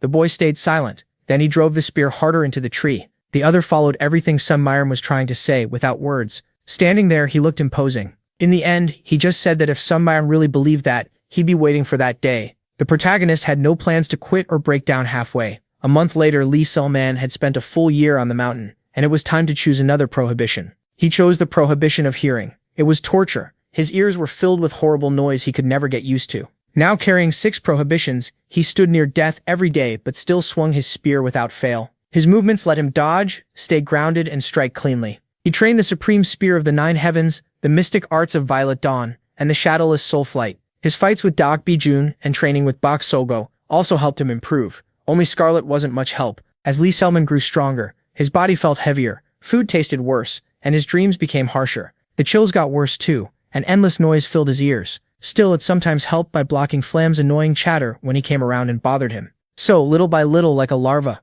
the protagonist kept getting stronger. When he met Mershi, he asked why she had called him since the next prohibition was still weeks away. She faced him and congratulated him for passing his test. Confused, he had no idea what she meant. Then Flam suddenly appeared before him. The protagonist was badly startled. Mershi explained that Flam himself was the test. Then everything started making sense. Bak Sogo, Scarlet, and Deokbi Jun had all become known as strong and respected people in Iria, but he had never heard of Flam, and with that much power he couldn't be some nobody. What was strange was that Flam didn't actually exist. Flam explained that he used his great power to push practitioners into despair. Even the most gifted would see him and fall into complete misery. They'd panic, lose their minds, and run away from Flam. But the protagonist was different. Even without talent, he threw himself into an even harder trial and made Flam his target. It was reckless, but Flam still hadn't managed to break him, so that recklessness worked in his favor. Michi told the warrior not to reveal Flam's identity to the other practitioners, or he'd face God's wrath. Either way, the young man would keep training on the mountain. His reward for passing the test would come when he left. Michi even offered him a power beyond what 100 years of training could give. If Lee Subman offered up his soul, he refused. He would rather keep crawling forward and earn his strength slowly. That made Lee Subman think for a moment about what he could do. He truly hated the word effort. No matter how hard he worked, he couldn't keep up with all those geniuses. But being gifted didn't mean they never had to work either. In the end, he hated people who brushed off every real difference by saying, it all came down to effort. At the same time, he'd clung to that word since his past life, where defeatism became his shelter. Now, in this life, he'd had too many fateful chances to hide behind excuses about different starting points. That shelter was gone, so the only thing left was to move forward. Only now was he truly starting to put effort into something. Even so, Lee said he could endure to the end because he liked it. Mercy's face brightened when she saw his resolve. Then she turned away and asked if she could talk to herself for a moment. She said there were no coincidences in Arya. Everything happened for a reason. Arya called in travelers from other worlds and dimensions, giving them abilities as benefits, but no one still knew why. The protagonist realized Mercy wasn't really talking to herself, she was speaking to him. That meant she was telling him something she couldn't say directly. The girl went quiet for a moment. If the protagonist had returned, then something was coming that required his return, so he had to be ready, worthy of the reason he was sent back. She ended that thought with a smile, but there was worry in her eyes. Raising one hand, she declared this was her territory, and told someone to leave unless they wanted to be destroyed. A fragment started breaking apart and cracks opened into holes. Not understanding anything, the protagonist stood still until Mercy told him to go back right now. He had to finish training. There was no time to waste. Before he could answer, she sent him away. She wasn't sure if Lee Summon could stop what was coming. He needed to understand the final destiny. Days later, the sixth chosen prohibition was smell. The stench from the top of Scarlet's head kept hitting the warrior's nose. Maybe picking smell wasn't such a good idea. A woman with a strange air appeared beside him. The harsher the prohibition, the more power he gained, so even with nausea and vomiting, he endured it. Boxbav now carried the prohibitions of taste and hearing, along with the pain of her scattered senses. Compared to what she had suffered before, this felt even worse. The sense prohibition was harsher than she expected. The boy listened when she said she had something to tell him. She firmly said she would be leaving the mountain very soon. The two traded quiet, curious looks. Truthfully, Boxbav didn't need to suffer this much. She was already ranked among the geniuses. After 2 years on the mountain, she had probably reached her goal. The protagonist asked if she was really leaving, and she said yes. As for him, he would stay longer. Sadness showed in her eyes as she understood they would part. Even so, she said she was sure they would meet again. Boxbav quietly looked at the protagonist. She had shared the mountain with for so long. The little boy from before had grown into someone strong. But if she left, he might die by taking even harsher prohibitions and pushing too far. So the woman thought about staying longer to finish teaching him. Shadowless soul flight. Lee Sun-min told her he'd be fine without her. Thanks to Baksogo, he had endured pain for a long time and could now carry his own burden. He thanked Numi, saying he wouldn't be alive without her. Hearing that, her face lit up with a soft, happy smile. She stepped closer and hugged him. Caught off guard, he felt a little awkward. Then he dropped his guard. His expression grew gentler, and he accepted her honest hug. After pulling back a little, Baksogo told him he was the toughest person she had ever met. The more she learned about him, the more she saw he wasn't desperate like the others. He disagreed, saying he had fallen into despair again and again but always came back. Impressed, she called him amazing, and admitted she gave up facing the flames after meeting him. Then, looking straight at him, she sincerely asked him not to die. He answered with the same promise. He would never die. Not just Baksogo. Dake, Bijun, and Scarlet also left the mountain. It had been a long time since he felt this lonely. Back in his old life, he had been so cautious that he trusted no one. Now he knew people couldn't live alone. Without them, he wouldn't have survived. He stood still, watching a light in the sky.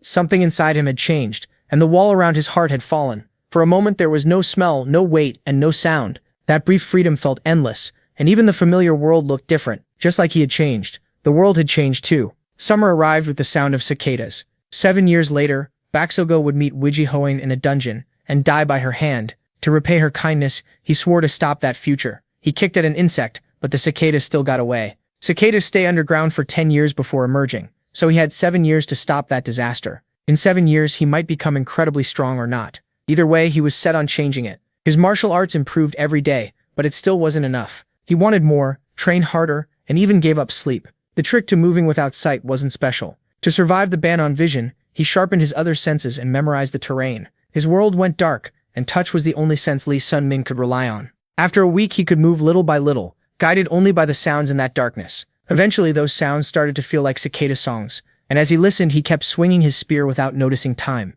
His body began using martial arts on its own, and his thoughts deepened. Like a larva, he longed to become a cicada, but even that wasn't enough. He still wanted more. Confused, he didn't know what he wanted to become or why he had regressed at all. The seasons changed, and he could feel it in the wind on his skin. Still, his days stayed the same. He only kept spinning his spear. As time passed, he got used to the dark world. Then Mercy appeared in her home. Lee Sun-min wanted the trial to end. Days later, he noticed something different in his body. After so long, Mercy had returned his senses. He could see again, the horrible smells and noises were gone. His body felt light and the chills had disappeared. Mercy kept watching him. She was wondering how to reward him. Lee Sun-min had spent 3 years on the mountain and endured every prohibition amazingly well. Most people who got too carried away either died or gave up, so she was glad someone like him had appeared and felt he deserved a special reward.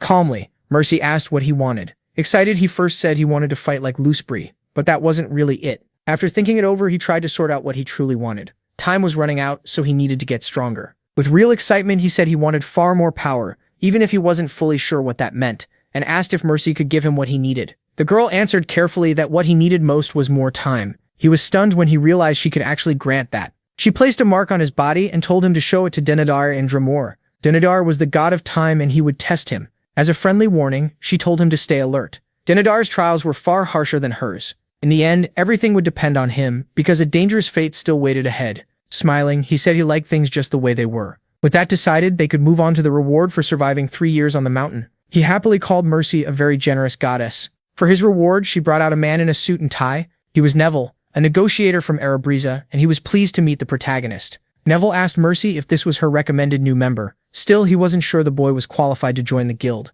Mercy told Neville to look again. Once he did, he quickly apologized, realizing the boy was more than qualified. He had only been judging him by the level of his martial arts. At his age, that level would earn respect anywhere. Then they started talking about the great guild, Erebriza. It handled deals, requests, auctions, and information. It could get clients almost anything. Curious, he asked if they sold elixirs and martial arts manuals, and Neville said yes. The guild even had the great healing elixir of Shilin and Mount Hua's cherry blossom sword technique. Rare items like that were exactly Erebriza's specialty. Mercy wasn't a member, but she bought things from them sometimes. A brokerage guild serving a god as a client was pretty strange. Neville reached out his hand and confidently asked him to join. With nothing to lose, he accepted. Neville handed him a paper and told him to sign at the bottom. Just like that, he officially became a member of Erebriza. Neville snapped his fingers and gave him a joining gift. The protagonist's whole look changed, leaving him far more presentable with new clothes and a cleaner haircut. Neville said goodbye and told him to ask if he ever needed anything. Mercy asked if he liked the gift, and Lee Sun-min said he was satisfied. Joining Erebriza was a huge gain, so he had every reason to be pleased. He said his first stop would be Behanger, but the goddess warned him to remember his real goal. She told him not to forget what she had said while pretending to talk to herself. As he walked, he remembered her words, that there was a reason for his regression. He was so deep in thought that he didn't notice the fierce beasts coming near. Even with monsters in front of him, he showed no despair. His mind was fixed on what wasn't a coincidence. As he fought, he kept wondering who had set all these events in motion. Then he charged with his weapon and pushed those thoughts aside for the moment. After 3 years training on the mountain, he had reached the peak of martial arts. At just 18, that was unbelievable. Others might call him a genius, but he knew he got this far through blessings and brutal hardship. His goal was simple: keep growing stronger through the chances fate gave him. After beating his enemies, he headed for Behanger with firm resolve. Smiling, he decided to become a mercenary. The magic-armored Devnark was hidden in the Black Mage's dungeon near Behanger. In the original future, a C-rank mercenary found it by chance. That armor was incredible. It could raise a C-rank mercenary from the 2nd or 3rd tier to peak martial artist level. And if a peak martial artist wore it, they might even reach the supreme peak. Even though he could have stayed on the mountain longer, he couldn't miss that chance. The Black Mage's dungeon would be cleared in a year and a half, so before then, he needed to establish himself in Behanger as a mercenary. At Behanger's mercenary guild, the boy made his request. The bartender had no idea why the boy was telling him all that. If he wanted to become a mercenary, he was supposed to go upstairs and talk to the receptionist. One customer eating nearby laughed at the boy for wanting to be a mercenary. Before he understood what happened, the fork was gone from his hand, and suddenly the boy was holding it while the customer searched for it. After seeing that, the bartender realized he was a peak martial artist.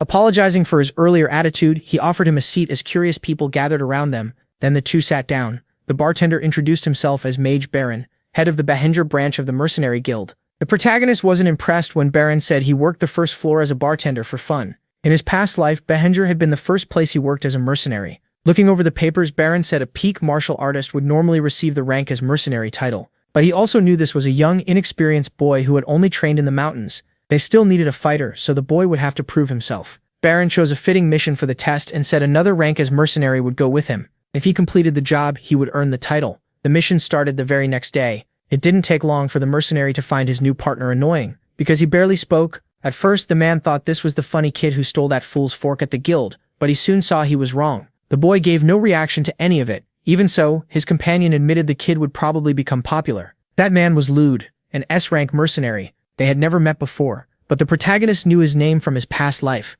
Lude was assigned as his partner for this mission, and was probably there to watch how he performed. Curious, Lude asked if he had ever fought an ogre before. The young man answered honestly, no, he hadn't. Ogres were some of the strongest monsters in area, with magic resistance and skin as hard as steel. Their job was to take down an ogre spotted in the forest near a village. As they walked, Lude said 2 S ranks should be enough to kill one. Still, something about the forest felt off. It looked too small for an ogre to live in. The protagonist asked what he meant. Lude explained that ogres were at least 3 meters tall, and some reached 5, so they needed a huge amount of food. A forest this small shouldn't be enough to feed one. Then the young man suddenly told Lude to stop. Lude tensed up and asked what he had noticed. A deer lay on the ground, ripped completely apart. That kind of damage could have come from an ogre, but there were no signs it had actually eaten the deer. Lude couldn't smell anything either, which made it even stranger. Then both of them heard a weird noise. Something was rushing straight at them. The 2 warriors immediately readied themselves. They exchanged a quick look and prepared to fight. Then they charged with their weapons drawn. A giant creature burst forward, smashing everything around it. Both of them froze for a moment, unsure what they were even facing. Lude panicked. It was nothing like the report. He knew they couldn't handle this, and that the best option was to run. The monster had huge claws and an insanely powerful body. It was a modified chimera ogre. A chimera was a magical creature made to become the ultimate life form. By mixing different species, it could overcome the limits normal creatures had. Even one made from a weak goblin would still be at least rank B. Its danger was hard to measure, but with an ogre as the base, everything changed. Not even S-rank mercenaries could deal with something like that. Even the protagonist felt a chill. The giant monster kept tearing through the trees. Debris flew everywhere, but he decided he couldn't run. The ogre suddenly charged at him. Its fist was already right in front of his face. Lude kept retreating, shouting a warning as he ran. The protagonist sharpened his focus, then leaped aside and dodged the blow with shadowless soul flight and untraceable steps. Seeing that bold move, Lude watched from behind a tree, stunned by how fast the boy had moved. This wasn't Mercy's mountain anymore, and the heavy restriction on his body was gone. Here he believed he could beat the monster. He moved again with shadowless soul flight mixed with shadow dance. As he ran up the creature's body, it noticed him. Closing in, he used the supreme spear of the 9 heavens. His strike carried the soul-chasing kill blow. But Lee Sung-min quickly realized how hard this fight would be. Its skin was nearly impossible to pierce. Even a direct hit barely did anything. His key sword attack hadn't left a single mark. Lude realized the reward would be the same as for a normal ogre, so this was nowhere near worth the risk. Still, escape no longer seemed possible, so he decided to help. But then he got a message telling him to stay back. After realizing it was sound transmission, he stopped. The boy knew how dangerous the monster was and didn't want Lude getting close. Through the message, he reminded Lude that he had never fought an ogre before. Even so, he understood what he was dealing with, though he still didn't know why his sword had done no damage. Even then, Lee Sung-min believed he could kill the chimera. With sword in hand, he used the supreme spear of the 9 heavens together with lightning-splitting strike. The blow landed cleanly, but when he pulled the weapon back, the ogre still stood firm. Lude grew even more desperate when he saw it wasn't hurt. He knew anything he did would be useless, but Lee Sung-min refused to back down and kept his weapon ready. The monster's eyes showed growing impatience. Once more, he closed in.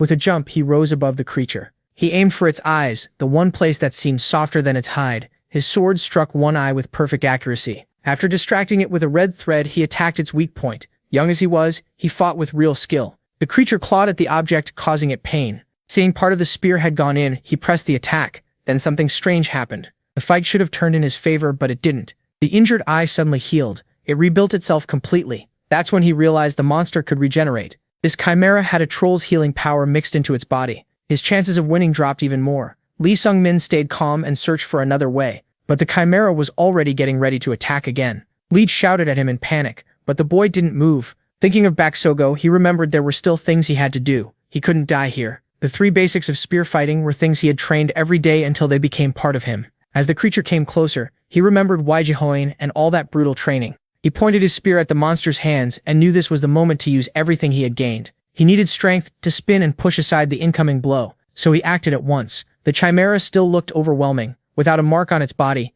he sprinted straight at it. Weapon raised, he picked the best spot to strike. He needed control to twist the spear around the enemy's attack, With a light step, he slipped close to its huge claws. Now he had the control he needed to finish the move. Luda watched every motion closely. With a precise hit, the boy threw the creature off balance. Gripping his weapon tight, he followed with slicing attacks. While the monster struggled to steady itself, Lee Sung-min drove the spear into its leg. This time, he knew he had landed a real hit. The chimera screamed through its stitched mouth. Just as he expected, its joints were much weaker. When it lunged to grab him, he was already ready for the next move. Confused, the creature tried a more careful strike. It swung a hand down to crush him, but he dodged again. Now he wondered how long a damaged joint would take to heal. There was no time to wait, so he attacked again. The force snapped his spear in half, but he still drove the monster down to one knee, with part of the spear stuck in its body. Regeneration stopped there. Realizing his plan had worked, Lee Sung-min smiled. Using the piece still in his hand, he struck its arm. That left the chimera unable to properly use its legs or right arm. Now it had to brace itself on one hand as pain shot through its body. He knew he only needed one more good hit.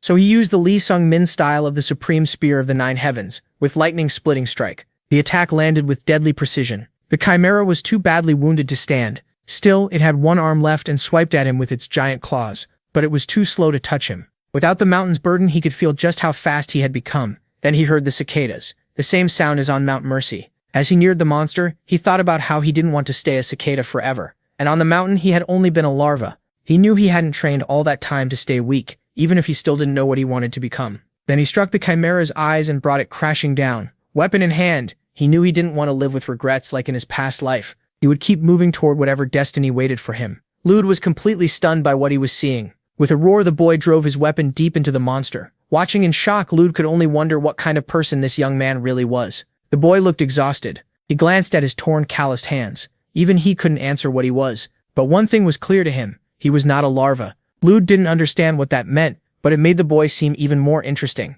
Nearby, a cicada lay on the ground. The young warrior smiled softly when he noticed its song had ended. Back at the guild, the bartender was totally confused. While looking over the giant chimera, Lude explained everything that had happened. Killing a chimera ogre was an SS rank feat, but there was no rule for giving that rank right away. Even so, the warrior was satisfied with SS rank. The reward for subduing the chimera ogre was 27 million Urson and an S-rank badge. The monster's body was turned over to the mercenary guild for research, earning another 20 million Urs. Lude handed it all to him, saying the reward belonged to the one who beat it, for a total of 47 million Urs. Lude. As he walked through the streets, he felt like he had truly won. To him, it was an unbelievable amount of money. In his past life, he had risked his life on missions and never earned more than 1 million Urs, so he had no idea what to do with all that money in his hands, until a thought suddenly came to him. Looking at his broken weapon, he got a great idea. Back at the tavern, the talk went on. The bartender wanted to hear the story from him personally. He tapped his head with the staff. Then he saw everything that happened in the forest while they were gone. He looked both shocked and impressed. Lude said the young man deserved SS rank. Since he couldn't decide that himself, he planned to recommend it. The boy who reached that level without a class would definitely catch Xion's attention. Meanwhile, the protagonist stood in a dim place. He called out for Neville. The man appeared at once. Saying it was a summon, he asked why he had been called. The hero had never cared much about weapons. He usually just used anything sharp enough to stab or hit with. But during the ogre fight, he felt how much easier it would have been with a better weapon. He didn't want to face that kind of regret again, so he needed a proper weapon. Neville asked what kind he wanted and how much he could pay. Lee Sun-min offered 47 million Urs and said he wanted one made, even if it took time, but that still wasn't enough. Ebrise's blacksmiths were top tier, so their prices were huge. Neville even suggested using his soul as collateral, though the interest would be brutal. Lee Sun-min refused right away and asked for another option. After thinking it over, Neville said he knew someone who might help him get a weapon. When the warrior agreed, Neville pointed upward. Dark light shot from his finger. Something appeared in front of Lee Sun-min. As Neville struck it, he said he'd leave the two of them to talk there. Not fully sure what just happened, Lee Sun-min studied Neville's power to tear open space. From the other side, a voice noted that he was just a kid. Not knowing how often they'd meet, Selderus introduced himself. Then he told the boy to stop spacing out and step into the rift. Looking closer, Lee Sun-min realized he was a dark elf. After entering the space, he gave his name and said he wanted to order a spear. He handed over his current weapon and said he wanted something like it. The elf examined it and saw it was a spear meant for a balanced style. Then he asked Lee Sun-min to show the techniques he used. He was confused. For martial artists, showing techniques to others was usually taboo. But the elf said it was necessary. Without seeing his style, he couldn't make the right spear. The design could change a lot depending on how he fought. Losing patience, the elf reminded himself he was arguing with a child. He was 400 years old and loved smithing, so he had worked as a blacksmith for over 350 years, even without natural talent. The protagonist looked unsure. Still, the elf said his skill was no worse than any dwarf's. Those words stirred a memory in the warrior. He felt they were a bit alike. After blurting all that out, the elf wondered why he was saying so much to a kid he had just met. So he told Lee Sun-min to go find the dwarves instead, if he wanted a weapon. But Lee Sun-min insisted on showing his martial style. The elf found it odd that the boy still hadn't left. Lee Sun-min said he believed him once he heard about those 350 years of experience. The elf didn't know what to say. With a laugh, he said the boy was way too trusting. Even so, Lee Sun-min wasn't intimidated. Turning away, the elf admitted the boy knew how to talk. Then suddenly eager, his expression changed. The boy just waited quietly, though usually calculating. The elf decided to make something better than the boy could afford, simply because he liked him. Smiling, he thought this kid might become a regular customer. The weapon would take a few months, so all Lee Sun-min could do was wait. Back on his bed, he sat down to meditate. The Chimera Ogre had been his first real fight after reaching the martial peak as a supreme master, and now he had to sort through what he learned. Wei Jihoyan had called his awareness a talent. After all those years in the mountains, it had grown into something like a sixth sense. During the battle, that sense moved his body before he could even think. That was his sixth sense. It was powerful, but he knew he couldn't depend on it alone. The mountains had sharpened his touch and sixth sense, yet the rest still lagged behind. If he didn't train his other senses too, things could get dangerous. He had a bad feeling that something hard to fix was coming. At the mercenary guild, things were quiet. As he sorted bottles, the bartender asked if Lee Sun-min was already placing another job. Instead, Lee Sun-min asked what happened to the Chimera Ogre's body. If it was a chimera, someone had to have made it. The bartender said that was being investigated separately with the Mage Guild. No Chimera Ogre had appeared in his past life, so either no one took the mission or the Mercenary Guild had lost. From the timing, it was likely 6 months after the Chimera was made. Maybe in his past life he had found it himself, but now that he had killed it, the future might change. At the Bihangar Mage Guild, someone greeted the young man warmly. A mage worked through several spells as Lee Sun-min watched. He introduced himself as the Dark Mage Kim Jong-yan. He was investigating the Chimera. Lee Sun-min introduced himself as the one who killed it. After realizing the boy was Korean, Kim Jong-yan asked if his world had gone through a portal crisis. He briefly explained that portals connect to other dimensions and let monsters through. Then he dropped the subject, pleased to meet another Korean from a different world. When they returned to the main topic, his face changed. That wasn't the only reason he was happy, but he kept the rest to himself. Lee Sun-min seriously asked to see the Chimera's body. He needed more clues to get the Devanark armor, so the mage shared part of what he had found. The creature wasn't fully dead, which made a full investigation impossible. Still, the dark mage who made it was probably at least mage rank. Its mouth had been sewn shut, and it seemed to have been made with a savage hunter mixed in to test the Chimera's power. Hearing that, Lee Sun-min thought back to the split corpse and understood why. When he went quiet, the mage noticed the boy didn't care much about synthetic monsters. He stayed completely still. So Lee Sun-min brought up what the mage had said earlier, that he was happy for another reason. Kim Jong-yan said with confidence that the protagonist's causality was a complete mess. A dark mage could open and read someone's soul. He stepped closer, offering advice, saying that if he were in Lee Sun-min's place, he would have fallen into despair or gone insane. Then he asked if the boy understood what that meant. Lee Sun-min answered simply, after death he would suffer forever. The mage then asked why his causality was so twisted, but Lee Sun-min distrusted him, and chose not to answer. To gain his trust, Kim Jong-yan offered to swear a mana oath and never tell anyone. As the mage prepared it, Lee Sun-min grew more unsure. Still, since the man was willing to go that far, maybe this was his chance.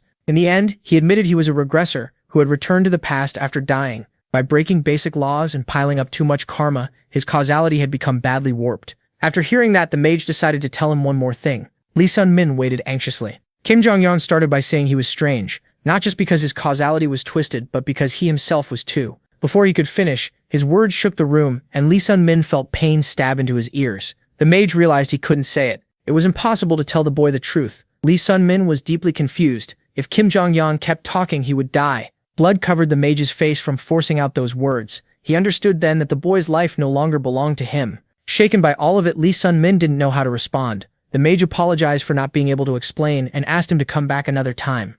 Still not understanding anything, Lee Sun-min left in confusion. Then he remembered what had happened with Mercy, how she tried to destroy anyone who stepped into her territory. He turned to leave, but someone called out to him. When he looked back, he saw a woman. As she came closer, she said she recognized him from the Mountains of Mercy. Even then, he didn't recognize her. Annoyed, she introduced herself as Scarlet Lizard. That made him think harder since she looked very different now. After a short exchange, Lee Sun-min told her to stop nagging him. Furious, she punched him with all her strength. Only after taking the hit did he finally recognize Scarlet. She then asked what he was doing at the Mage Guild. He said he just had some business there, but when he mentioned Kim Jong-yan, she paid close attention. She warned that dark mages were already creepy, but that man was especially strange. Only a crazy person would get involved with him. In the end, she told him to be careful where he went and said it was nice seeing a familiar face after so long. As she left, she told him to visit her lab on the 3rd floor if he got bored. She also said to tell her if anyone gave her friend trouble. After waving goodbye, he was alone again. He thought about Mercy's words and the sentence Kim Jong-young couldn't finish. It felt like those people were treating him kindly, in a way that was too strange to be normal. He was sure something was going on, but he still couldn't see what.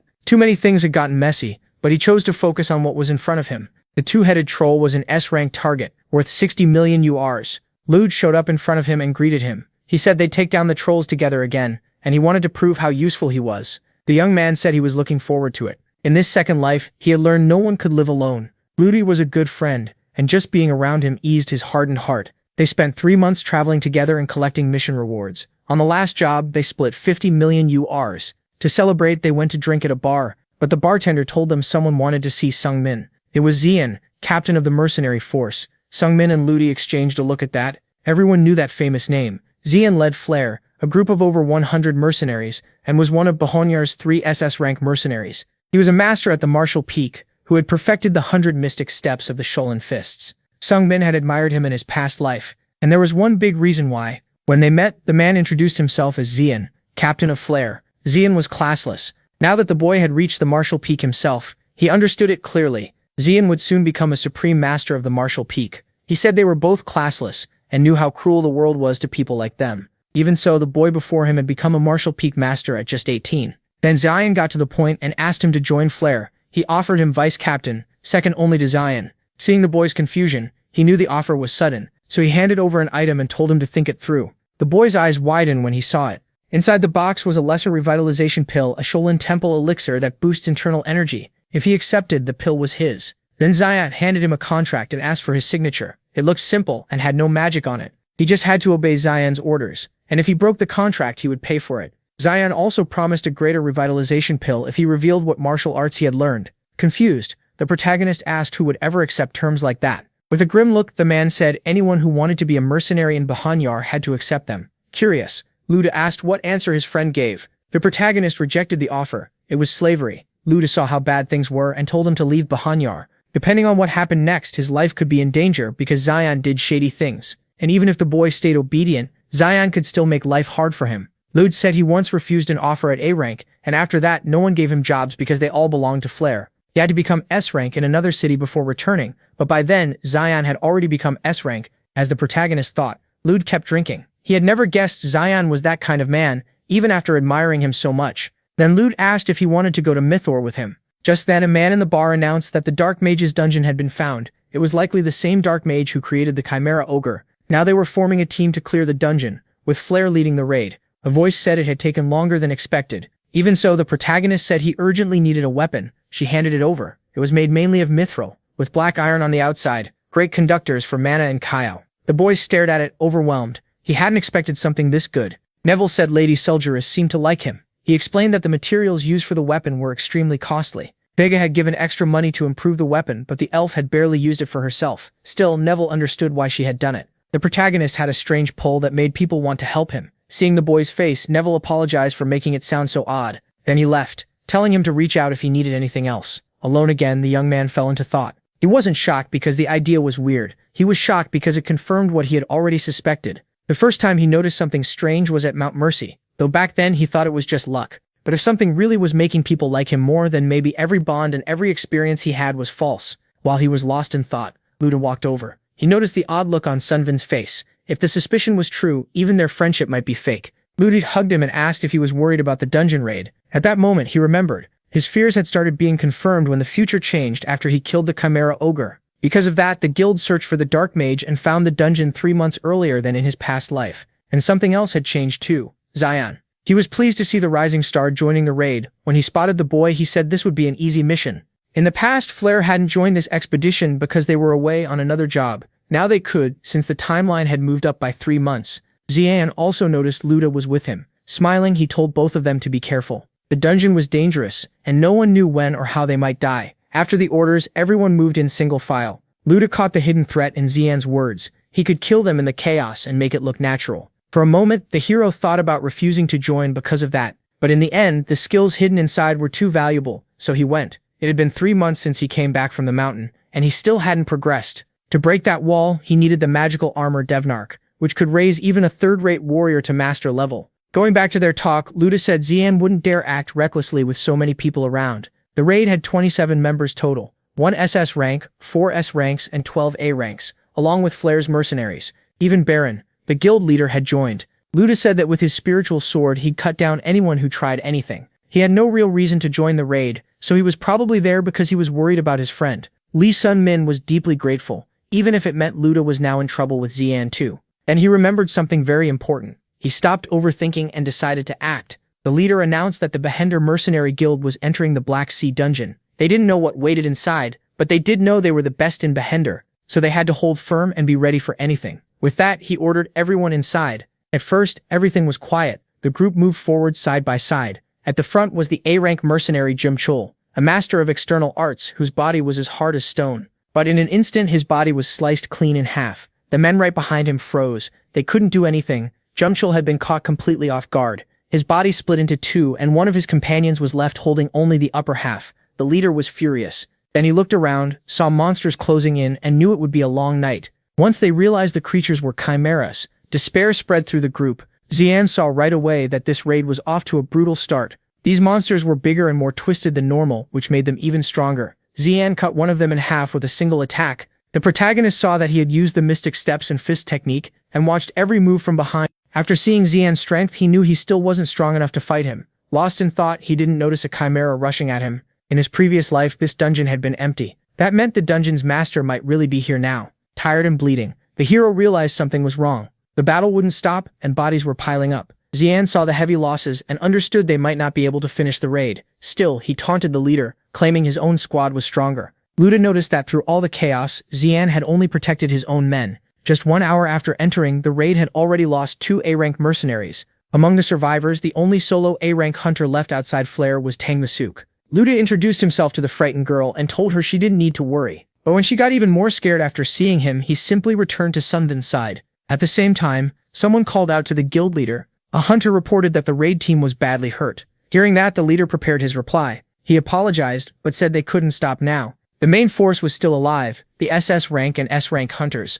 so pushing on should still be possible. Seeing the girl's fear, he told her she could go back if she didn't want to stay, but if she did, no one would be there to protect her. Looking at the bodies around them, she grew even more nervous, then decided the safer choice was to keep going with the group. Slowly, everyone moved on while watching their surroundings. The place was eerily silent. Some started to think the monsters were only a distraction so the dungeon master could escape. It made sense that the master used chimeras to buy time, but no one could relax over a guess. Then one of the men spotted something ahead. It was a large closed door. It didn't look like a trap, just a door. Even so, the protagonist didn't trust it. Behind the wooden door was a room full of books. Holding a candle, the man said there was nothing special there, just a library. Since the place was big, the leader told everyone to split up and search for clues. But Sunvin felt something strange the moment he stepped inside. He knew this was where the man had found the magic armor that changed his life. Listening from the corner, Sunvin heard the man say that after hours in the cave he found a door. When he went in, he saw a huge library, the same one Sunvin was standing in now. Now he had to figure out which book had led the man onward.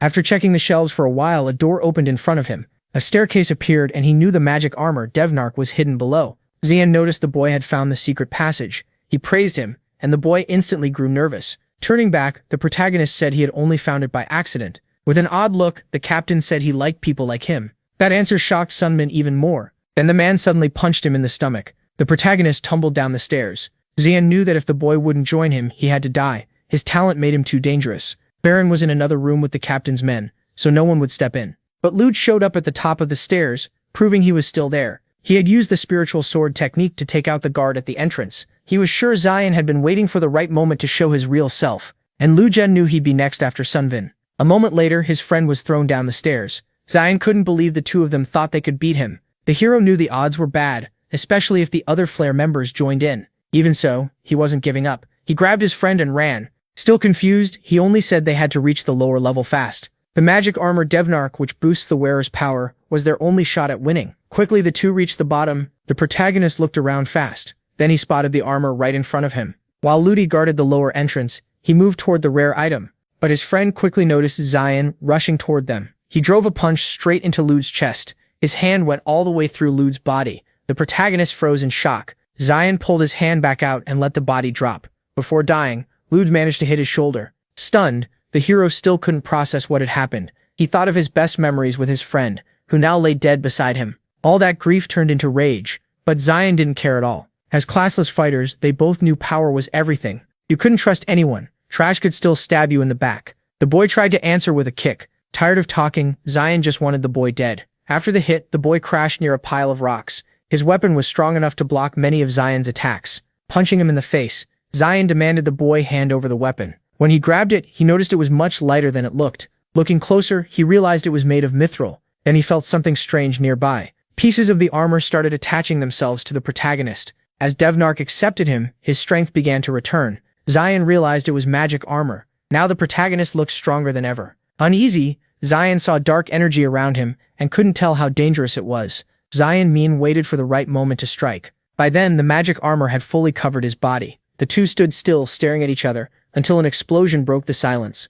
Zion had no idea what that dark energy was, or why it suddenly vanished. He threw a punch and told the boy to fight him again. Confused, the protagonist noticed no change in his body or inner energy. Even so, Zion admitted the boy had done well to dodge this long, but he'd die next. Seeing his fallen friend, the boy knew how bad things were. A hand reached toward him to finish the job. Then a mystic creature blocked the attack. Getting Devnark came with a huge price. Even so, the contract with Devnark still hadn't been completed. When Zion tried to attack the creature, he suddenly felt weak and helpless. The sixth sense the boy had sharpened warned him not to fight that thing. A huge sound boomed from underground, and the men started to run. The leader asked if it was the dark mage, but the masked one said nothing, only held up his fingers. Then the leader realized it was a lich. Sensing the danger, one man yelled for everyone to run. But the monster was much faster than everyone there. With one simple spell, it killed Baron. When they tried to escape, they found the exit blocked. The creature told them they were only there because it had allowed it. It was in a great mood that day because it had found an even better offering than the Chimera Ogre.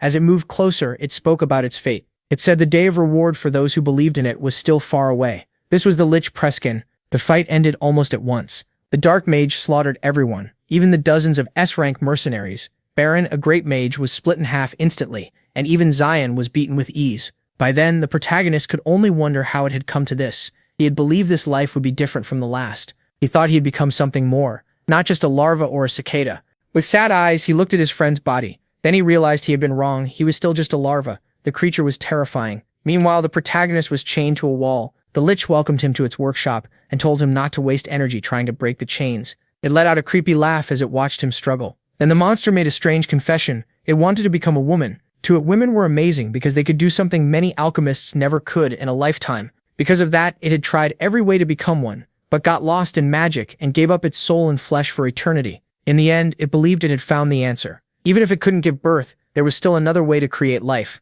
Hearing that, the hero was stunned. To the Lich, this was a perfect day. The one it had once met, whose karma was twisted, had become a monster. If it used someone like this warrior, someone with warped karma, as an offering, it might get closer to its dream. Holding the boy's face, it revealed what it planned to do. Desperate, the protagonist had no idea how to escape. He watched everything around him, as the Lich prepared the offering. Then the boy's breathing turned uneven. As the Lich used its full power, it sensed something strange. Not understanding what was happening, it grew confused. To it, this should have been impossible. Turning away from the boy, it fell into deep thought. Meanwhile, the boy struggled to breathe more and more. Then it realized the offering had been rejected. The Lich grabbed him by the neck and leaned close. Curious, it asked who he was and why the Demon King of Fear had rejected him. A soul with twisted karma should have been a valuable offering. Desperate, the Lich decided to search his memories to find out who he really was. Confused and shaken, it demanded to see everything. When the boy woke up, the Lich was already gone. Lee Sung-min was relieved to still be alive, but in the next moment, he realized he was completely alone in the darkness.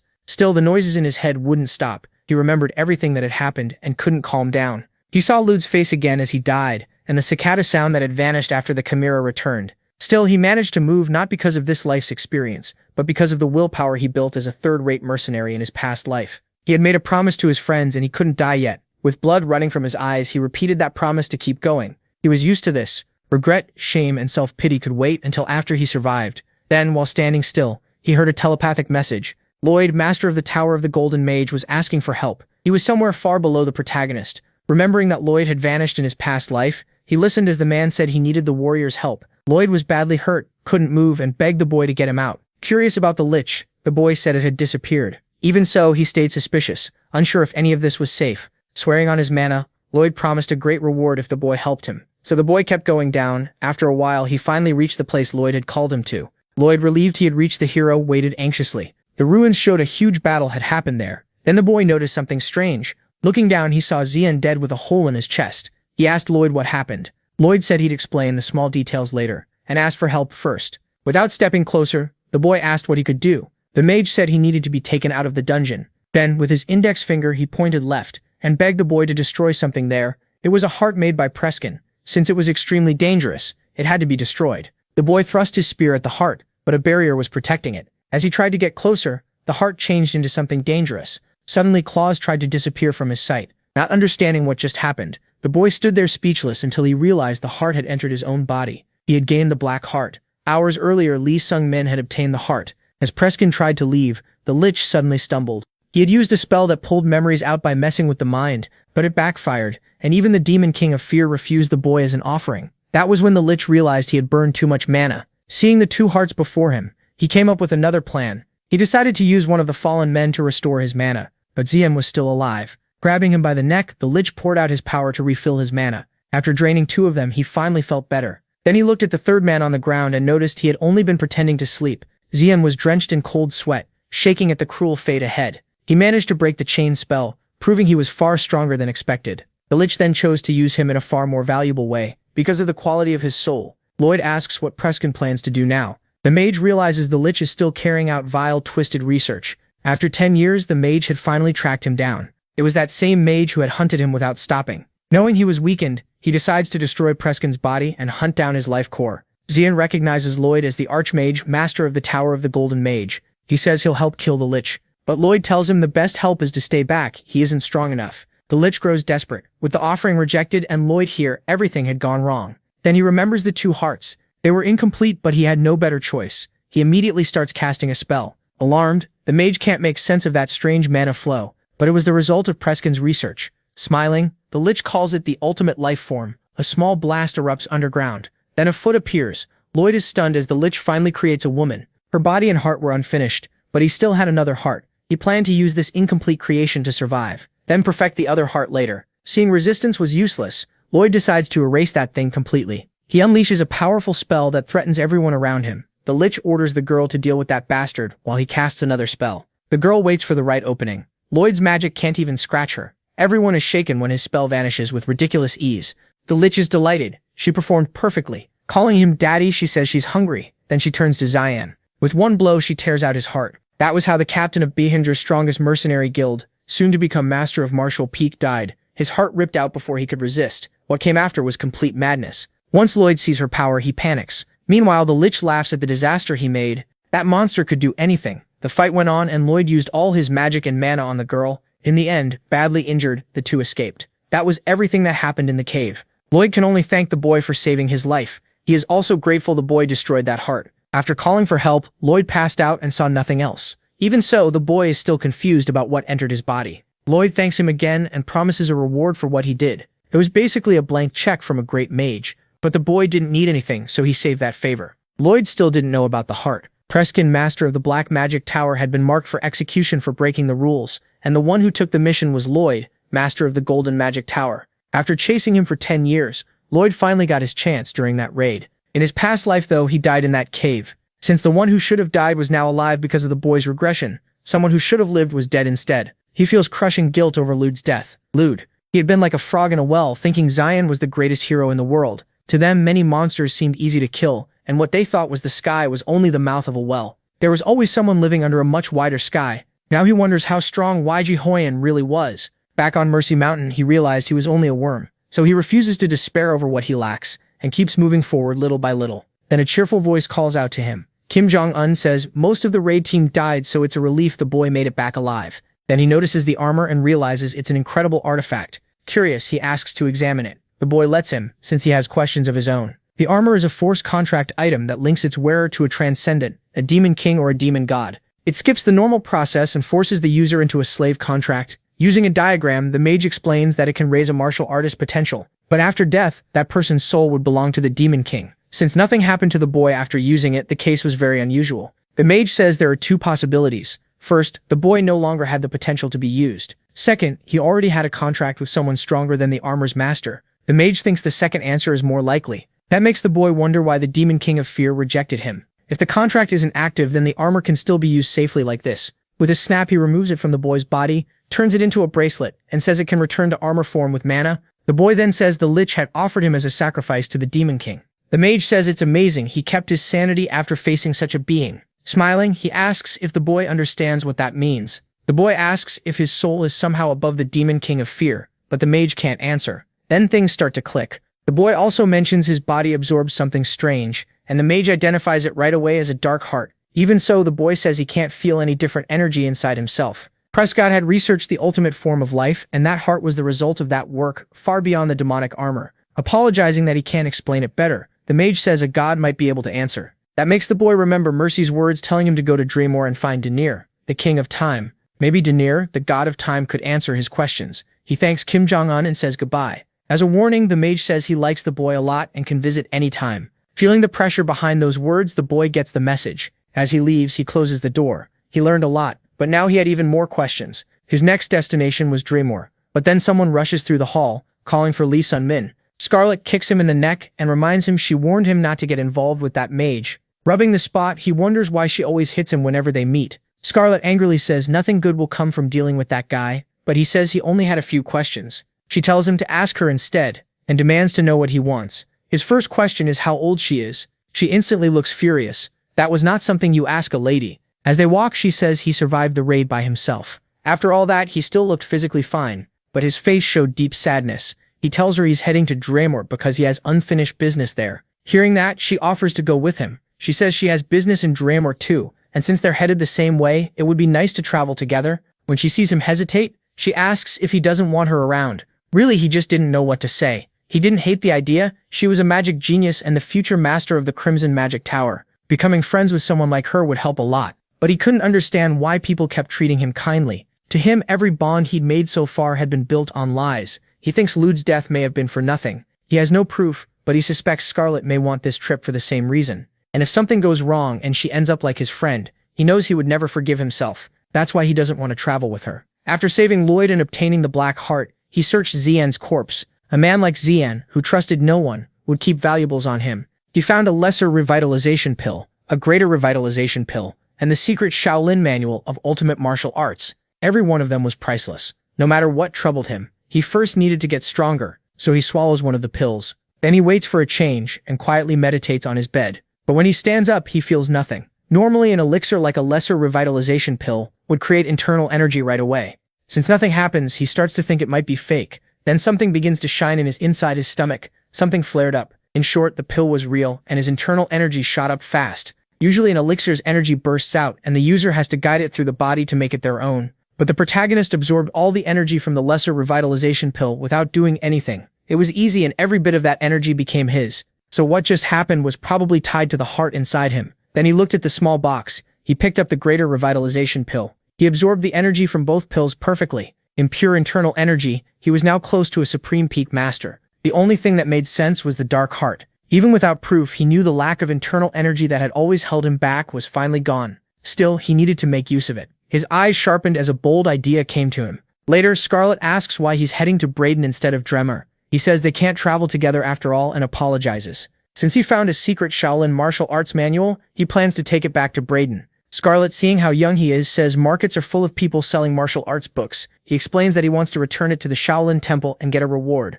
Because her business was only in Dremor, she couldn't go with him. But her face changes right away, and she says she has business there too. It wasn't really business. She just wanted to travel and see the world. She says cities don't suit her, and she'd rather train in mountains. After wandering for a while, she plans to settle somewhere nice. Annoyed, she says she'll take a bath and then join him. The two keep talking, so they were traveling together again. She grabs his head and nods it for him, saying he already agreed. After taking a few hits from her, he accepts Scarlet as his travel companion. They plan to leave a week later, and he tried to see the good side, someone to talk to, and a safer road. Then a strange girl walks up and asks who he is. In the night, the two freeze and watch her carefully. Both of them are confused by what's happening. The girl starts changing, saying that after meeting him, she began to feel strange. Her hands twist into huge, grotesque shapes. She curiously asks who the boy is. Sometime earlier, in the forest, Billix had been thinking Lloyd was truly strong, the kind of genius people talk about. If he hadn't awakened the girl in time, he would have died. She was his greatest creation. But the girl seemed to ignore him completely. He calls out when he sees what she's doing. Since she was awakened too quickly, he couldn't control her well, and she wasn't obeying. The only thing he trusted was the obedience seal, which should stop her from attacking him. Wiping his face, he tells her to go back where she awakened and recover the Lich's heart. That mission was vital for her survival. She was supposed to take the heart and come right back. Once he sees she understands, he orders her to go the way he's pointing. Instead, she runs the exact opposite way. The Lich is left confused, thinking maybe even she doesn't know where she's going. Even though her father told her to go elsewhere, she felt something odd from that direction. Her heart was racing, and she didn't know why, until she saw two people ahead. Somnium turns as he senses a terrifying presence coming closer. Step by step, the girl stares at the outsider with clear curiosity. The boy grows nervous, feeling something strange when he sees her face. Her hands begin changing into something horrifying.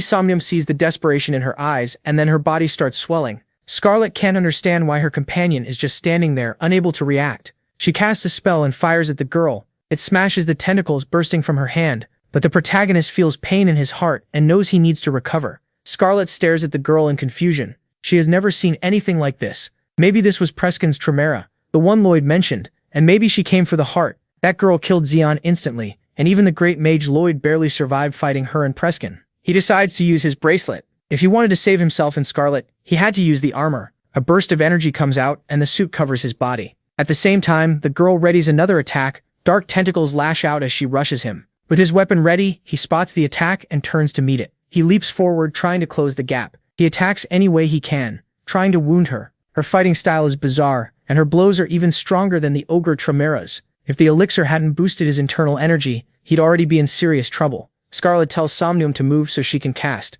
As she's thrown back, she unleashes a fire spell. The girl notices and tries to dodge, but the hit lands and she feels intense pain. Scarlet says the child has strong magic resistance. She can block most magic, but Scarlet's power is different. Normal resistance doesn't work because Scarlet uses enchantments to form her secret magic. Still, she doesn't expect an attack flying at her. The protagonist quickly jumps in front of her and shields her as flames tear through the area. For a brief moment, he thinks through what he's facing. Remembering Xeon, he realizes this may be the mystic fists of 100 steps. Lloyd had said the girl ate Xeon's heart, so she could gain the abilities of whatever she consumed. Now he was sure she was a monster. The pressure leaves him dazed, but the girl never slows down. She attacks again, and he can't overpower or control her blows. While fighting, she reminds him that she asked him something. She still wants to know who he is. As he blocks her attacks, he's only thinking about how to escape. Getting another spell ready, Scarlet tries to pull the girl's attention. After striking her in the face, Scarlet mocks her for wasting her luck. She keeps provoking her, saying she's really mad now. The girl's expression changes at once. Her eyes catch something strange. Then hands grab her feet and stop her from moving. It was Scarlet's spell. Meanwhile, the protagonist slips in without her noticing. He swings for her face, but she tears off her own legs to break free. He freezes at the sight. After mutilating herself, she starts to fall, then quickly uses another kind of magic to reshape her body. Before they realize it, her legs are already restored. Both of them are furious, knowing this fight won't end soon. In moments, she regrows both legs. Even the burned flesh heals. Scarlet is deeply annoyed, but she knows even this kind of regeneration has a mana limit. If they keep working together and dealing heavy damage, her mana should eventually run out, and they could win. Then the girl shows more of her power. Seeing that amount of mana, Scarlet says to forget the plan. This was much worse than they thought. The battle goes on. The protagonist keeps defending himself, even though he's exhausted. As he falls, Scarlet asks if he's okay, then snaps that he can't die and leave her alone. At that moment, he realizes something has to change. He had already changed the world around him. He became something different in the mountains, but it still wasn't enough for the dream he wanted. A larva is meant to crawl, and if one step isn't enough, then it must take tens of thousands more. He thinks he failed because he was satisfied with only one step. Back in the mountains, he didn't leave just for the maniac's armor, and when he met a wall, it felt too high. In the end, he looked for an easier road and used the demonic armor as an excuse to leave. The cost was huge. He lost his loyal friend, so he saw himself as weak and pathetic, and that was why he had to fight. He understands now that choosing to run was wrong. He feels again the weight of the spear he hadn't sensed in so long. The static hum, the cicadas. He only wanted to stand beside her. No matter what, he wanted to change his fate. More than anything, he didn't want to die. His dream was too big for a larva, but he still refused to let his life end here. None of this was easy, but if he had gained something he never should have had, then one step was never enough. As he reflects on his life, his weapon grows stronger and stronger. The moment he accepts that he wants more, his strike becomes exact. Then the spear pierces the girl's arm. He stands firm to protect Scarlet. He won't let anything happen to her. Annoyed, the girl demands to know who he is. As the spear keeps tearing through her body, Scarlet listens closely, blood covering his face. He gives his name, Lee Sung-min. At that moment, an arrow slams into the girl. She reveals her own name, Ain. With his spear raised, he stays on guard. Blood spills from her mouth and wounds spread across her body. Then she turns and runs. After that brutal fight, the warrior is completely drained. When Lee Sung-min opens his eyes, he's lying in a bed. Beside him, Scarlet is quietly reading a book. She says he was lucky to survive. He'd been unconscious for about 3 days and they were in a nearby village. She called a doctor and used a potion on his outer wounds. When he says he can move just fine, Scarlet is shocked. He had several broken bones. Somehow those fractures healed in only 3 days. It might be the Black Heart. Confused, Scarlet studies him more closely. She asks if he's hiding something. She also wants to know who that monster child was, since he seemed to know more. Telling him not to keep secrets, she demands the truth. At first he stays quiet,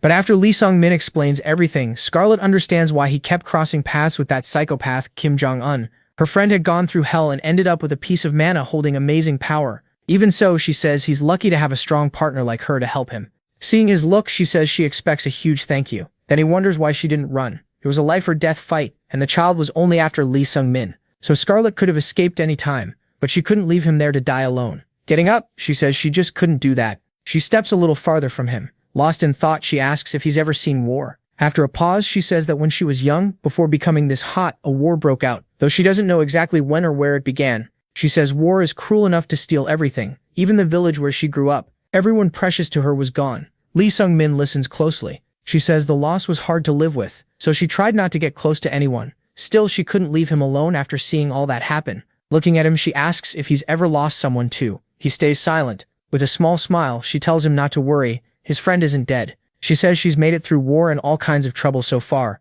mostly thanks to crazy luck. Besides, she didn't even get to use her secret move on that girl. Scarlet knows he'd rather travel alone because he's scared of losing people, but if he wants to protect them, he has to get stronger. Pointing at him, she says he needs to become strong enough that this never happens again. Smiling, he says he already knows. By the end of their talk, he feels a lot better. Scarlet tells him to rest a bit more, then leaves, saying they'll head to Britain tomorrow. He thanks her for helping him. As she walks away, he thinks over everything. Gripping his weapon, he swears to become stronger. His mind flashes back to the night before, to that last moment, when a stronger force burst from his spear, so he knows there's no point wasting time on small worries. As power rises from his weapon again, he hardens his resolve to keep growing stronger. The red-haired girl says they finally made it to the city of Brendan. Excited, she says it's her first time in a central district city, and she's glad they weren't attacked like before. She keeps talking and asks Lee what they should do first, but he says he hasn't decided. She suggests they rest and grab something to eat. When they enter an inn, they're welcomed and take a seat. She starts talking about what to order, but Lee isn't sure either. She admits she's never eaten food from the central district,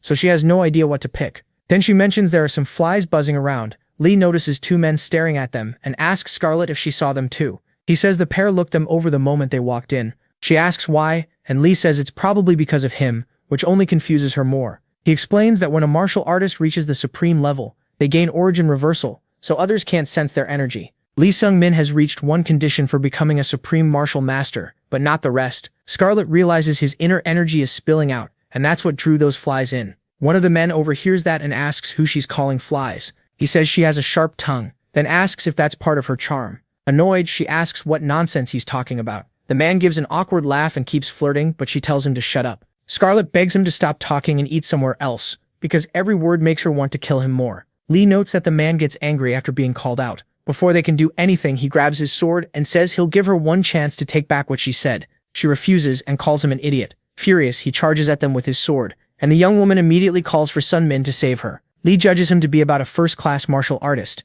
The man attacks while Lee thinks through the best way to handle it. Then another person appears and asks how someone can be this rude in an inn and dumb enough to rush an opponent much stronger than himself. As he speaks, the attacker drops unconscious to the floor. Sun-min realizes he was knocked out by a coin. The newcomer apologizes for stepping in and introduces himself as Nanban Hwan. Scarlet asks if he's from that clan known for its many strong martial artists. Lee says he wasn't planning to kill the attacker anyway. Then Hwan asks if he can join them at the table. They all glance at each other. Confused, Sun-min asks why they're looking at him, and the newcomer asks how old he is. When Lee says he's 18, Nanban is stunned that someone that young is already close to a peak supreme martial artist. He says Lee is insanely talented. Then he asks if maybe he's the little celestial demon YG Hoenn, making Lee spit out his coffee. The man says that's the only monster he can think of who could reach that level so young. Lee asks if he knows the little celestial demon, and Hoenn says of course he's famous. He adds that area only has 3 martial artists called celestial demons, Bakmasin, the berserker Bayat Wonpei, and the little demon YG Hoenn. He also says there's a rumor that the celestial demon is a woman. Then he asks directly who Li really is. He introduces himself as Li Sunmin, and Nanbon admits he's never heard that name. Curious, Li asks what else he knows about the little celestial demon, but Heewon says that's all he knows. If Li wants more, he'll have to ask around. Then Heewon asks Sunmin to fight him. Li is surprised, and the man quickly says he means no harm. He just gets competitive when he meets a strong martial artist. Li agrees as long as it's a friendly match, and that makes Heewon happy. But he adds that a simple fight is boring and suggests a wager. Li asks what kind, and Heewon says nothing serious. His idea is that the loser becomes the winner's brother. After agreeing, the two head to a battle center and get ready to start. Sunmin says he doesn't know if he can live up to his new friend's expectations, but Heewon laughs and says he's being too modest. As Li studies him, he notices the energy around the man has completely changed. He realizes his opponent is very strong, at least peak supreme martial artist level. Both get ready, and Nam-gon starts with a few strange movements. Li notices them but refuses to let himself get thrown off rhythm. He strikes first with the Shadowless Soul Flight strike, first form, but is shocked when his opponent tears through the feints with incredible speed. The fight keeps going, and Heewon presses in with another attack, saying he's enjoying himself. Then he uses an energy-absorbing technique which makes Li tense up. To defend himself, the protagonist uses the Spear of the Nine Supreme Heavens first form along with a soul-chasing lethal strike. Even in the middle of the clash, the opponent shifts his sword, which impresses Li. Nam-gon says that if Li had used a real spear, the attack would have been far more dangerous. He adds that he can't afford to play around, and he has no plans to call someone younger than him older brother. Soamsmin replies that the bet doesn't really favor him anyway, so losing wouldn't cost much. As Scarlet watches, the opponent asks if Li is finally going all out, since martial artists hate losing. They both keep trading attacks as the fight intensifies. After a heavy strike, Li thinks he has his opponent trapped, but the man breaks free. Li doesn't want to admit it, but his opponent controls energy better than he does, so he pours in internal energy to force some distance. The power of the Spear of the Nine Supreme Heavens erupts. Countless after images appear to fool the enemy's eyes.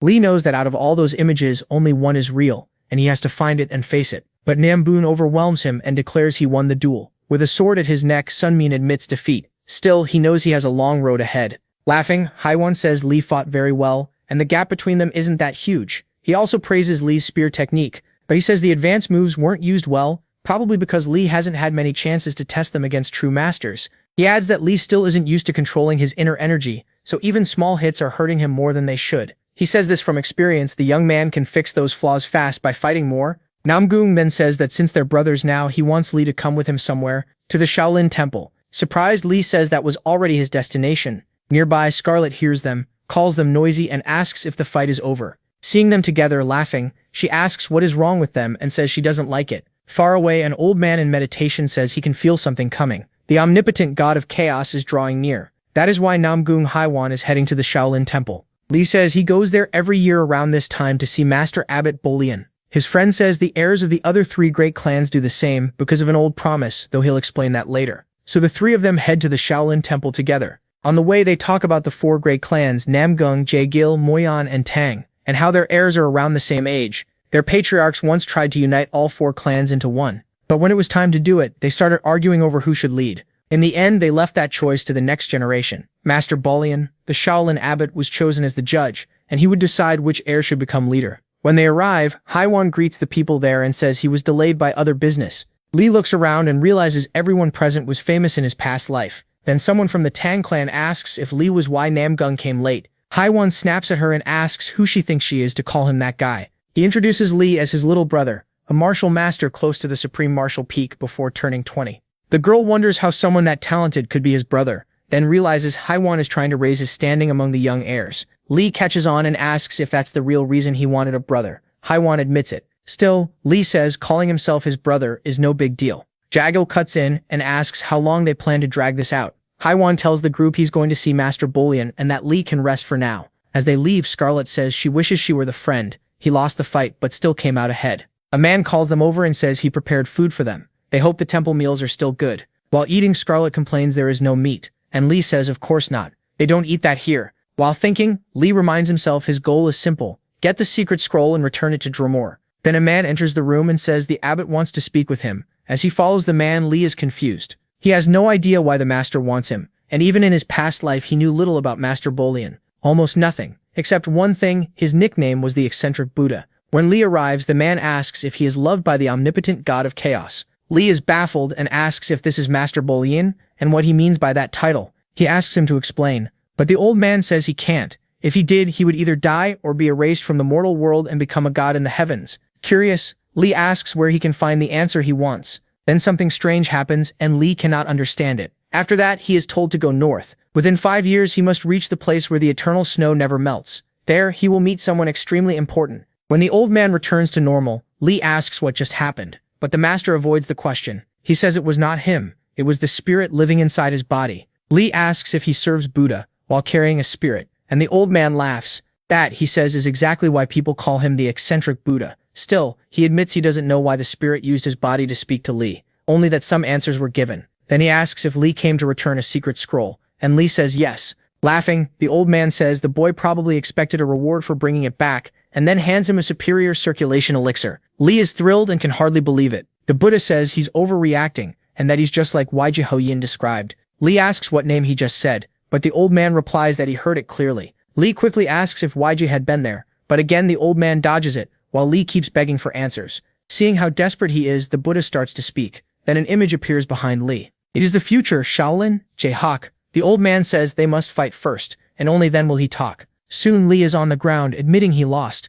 He remembers people saying that no matter how long he trained, he still lost miserably. He can't even answer the voices in his head. Losing to Namgoong was one thing, at least that felt like a real duel. But against Jae-hak, he feels completely toyed with, and he had never even heard the man's name in his past life. The Buddha asks Hak what he thought of the boy, and Hak says he still has a lot to learn. He says Lee's spear skills are good, but he needs far more experience. He also says Lee cannot control his internal energy well, so he cannot handle large amounts of it. The Buddha touches him and says that is why his internal energy is out of balance. Annoyed, Lee asks what he's doing, and the old man tells the brat to stay still. After tying a piece of wood to Lee's foot, the Buddha tells him to walk, but he can't. The old man says that difficulty is exactly what Lee's body is like right now. They explain the gap between intellect, energy, and physique, saying that even if Lee's intellect is advanced, the energy is stuck in his body. Lee realizes his energy rose from using elixirs, and his intellect improved after learning to send energy into his weapon. The Buddha keeps teaching him, using the wood on his leg as an example. Wanting to learn, Lee asks how he can fix the imbalance in his body and energy. He realizes he will likely need a body restructuring, the easiest fix. The old man then says Jae-hak will help train him in martial arts. The Buddha thinks that if he leaves the boy as he is, Lee will only suffer, and that goes against Buddha's ways. Besides, a child he likes asked him to help when Lee arrived, meaning Wiji Hogachin. Later, Sunman walks with Jae-hak, who asks what he was thinking about after the fight. Lee says he thought he had gotten a little stronger. He reached the martial peak through years of training and recently learned something incredible too, but he still lost to both him and Namgoong Hyewon. Hak asks if he isn't rushing himself, and says reaching that level at 18 is already rare. In his view, Lee was just unlucky to face opponents like them, and even he, called the future of Shaolin, still has plenty to learn. Lee realizes he and Hak did not start from the same line, but Hak adds that even he could not beat the little celestial demon. Shocked, Sunman asks if Hak has fought her before, and Hak says yes when she came to the temple. Curious, Lee asks why Wiji Hoyin came there. Hak says the demand she made sounded like pure arrogance coming from a 17-year-old girl, but no one could rebuke her, because her presence was so overwhelming that everyone simply accepted it. Hak says the result of their duel was shocking. He could do absolutely nothing, and lost even worse than Lee did today. Unsure, Lee asks how strong Wiji Hoyin might be now, and Hak says he can't say for sure, but he believes she has already gone beyond the supreme martial peak. Then Hak asks what Sunman's relationship is with her, and Lee says they are only friends. His only goal is to reach her level. Hak says now he understands the boy's urgency, and concludes that what Lee lacks most is experience. With time he can fix that. He warns that Lee will face many defeats and much despair before reaching her, but he will be ready. Lee says he already knows despair well. He often feels crushed, and even then getting back up is never easy. He thought he was finally catching up to her, but he is still far behind. While he was still crawling, Wiji Hoyin had already flown far ahead, so determined he asks to fight Hak again. Later, Lee shows up with a swollen face and says he plans to stay at the Shaolin Temple a little longer. When Scarlet and Hyewon see him, they do not recognize him at first and ask who he is. After learning he fought Jae-hak, Namgoong is stunned. He says Master Bo Liang must be going senile, because he refused to let him fight that man. Curious, Sunman says Jae-hak is clearly strong, but he has never heard of him and wants to know more. Hyewon explains that even though the 4 great clans are famous across area, they are still below the 10 great sects. Then he says the 3 biggest rising stars of the orthodox sects are Chui-gul, Chung-myung, and Jae-hak. He adds that the sect leaders are busy raising their top students, secret weapons, who usually never leave their sects. Namgoong asks if Lee plans to stay at the temple, saying he wanted to bring him to his clan. Lee says he'll talk to his brother about that later. Scarlet says if he's staying, then it's time for her to leave too. Lee asks where she's going, and she says she doesn't really know, she's just going to travel. She liked this place, but doesn't think staying would help her. Then she playfully teases him, asking if he's sad to be apart from his amazing friend. But then she turns serious and asks why he pushes himself so hard, training every day just to keep losing. She asks if he'll be okay without her. Then she slips a bracelet onto his arm and says it's tied to her soul. No matter where he is, if she wants to see him, it'll send a signal. She says back so go got one too. Before leaving, Scarlet tells him to train hard so that next time he can be the one who saves her. Watching, Namboon wonders why stuff like this never happens to him. The next day, Scarlet and Heewon say goodbye. Before leaving, Lee calls out to Scarlet and asks why she's so kind to him. A little confused, she gets tired of hearing that question again. She says they've already talked about it, but since he's still worried, she'll answer one more time. Scarlet says he caught her attention from the first time they met, even though she normally doesn't get close to people. But after traveling with him, she saw he's a really good person. She says seeing him work so hard makes her want to cheer for him. She likes teasing him, and she knows he's sincere and handsome too. Lee laughs and asks if she ate something bitter, which leaves her confused for a second, but she ends by telling Sun Min not to live like a weakling and to always keep his head high. He agrees. Later, Lee starts preparing himself and decides that while he stays at the temple, he won't use his spear or demonic armor. He chooses to leave behind both his weak mindset and his gear, and even sets aside the superior circulation elixir Master Bu Lian gave him. He remembers the Buddha's words that in the land where the snow never melts, he'll meet someone extremely important. That makes Lee remember he promised to meet Wu Jihoyan again in 6 years. Sun Min believes the person from the prophecy is back so go, but with only 5 years left, he wonders how far he can go. Jae-hak comes over and asks if he's really giving up the spear and armor and why. The Buddha answers that using those tools during training wouldn't be right. Hak explains that martial arts are about using the body, but the thing guiding it is the heart. He says the heart fills the body and turns into the energy it needs. Then he tells the boy to truly watch Shaolin and experience it himself. Lee thinks he can still hear the cicadas like the sound is stuck in his ears and decides he'll deal with that before leaving. During training, Hak says the boy's basics are strong and show how hard he's worked. Still, the spear art he learned, though advanced, feels messy. The boy admits it's because he ran away. No matter how much he trained, he couldn't improve, so he gave up and focused on simpler techniques instead. Hak says if basic triple sword techniques alone could make someone an advanced martial artist, there'd be no point in learning higher arts. They keep fighting while talking between blows. Lee says that's why he won't run anymore. Hak tells him the path of martial arts has no end. His job is to keep finding what can still improve. He says Lee isn't a genius, real geniuses were already flying while he was still crawling, so he must not give in to despair. Hak says he once thought he was flying too, but after seeing the little celestial demon, he realized he wasn't even close.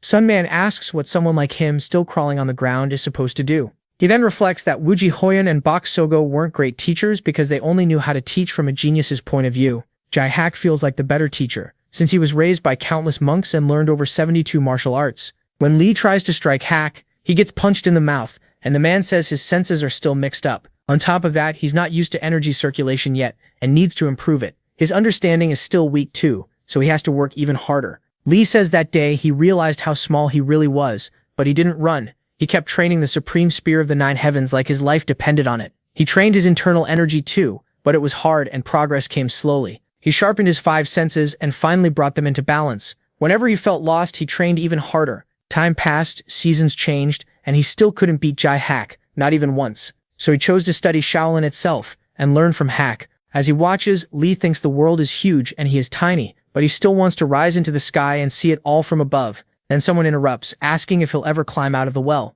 It's Master Bu Liang. He says Lee has changed, which surprises the boy. The Buddha says martial arts could let him live peacefully inside that well, but asks what he truly wants. Sun Man says he wants to see the world, and the old man replies that anyone can do that, so Lee says he wants to fly above it and see everything from there. Bu Liang says that's a big dream for someone still so small. Lee answers that he does want to dream, but flying isn't just a dream to him. The master asks what he's learned in these past 6 months, and Lee says he's learned how to crawl the right way. Saying that's a good start, the old man tells him it's time to learn to walk.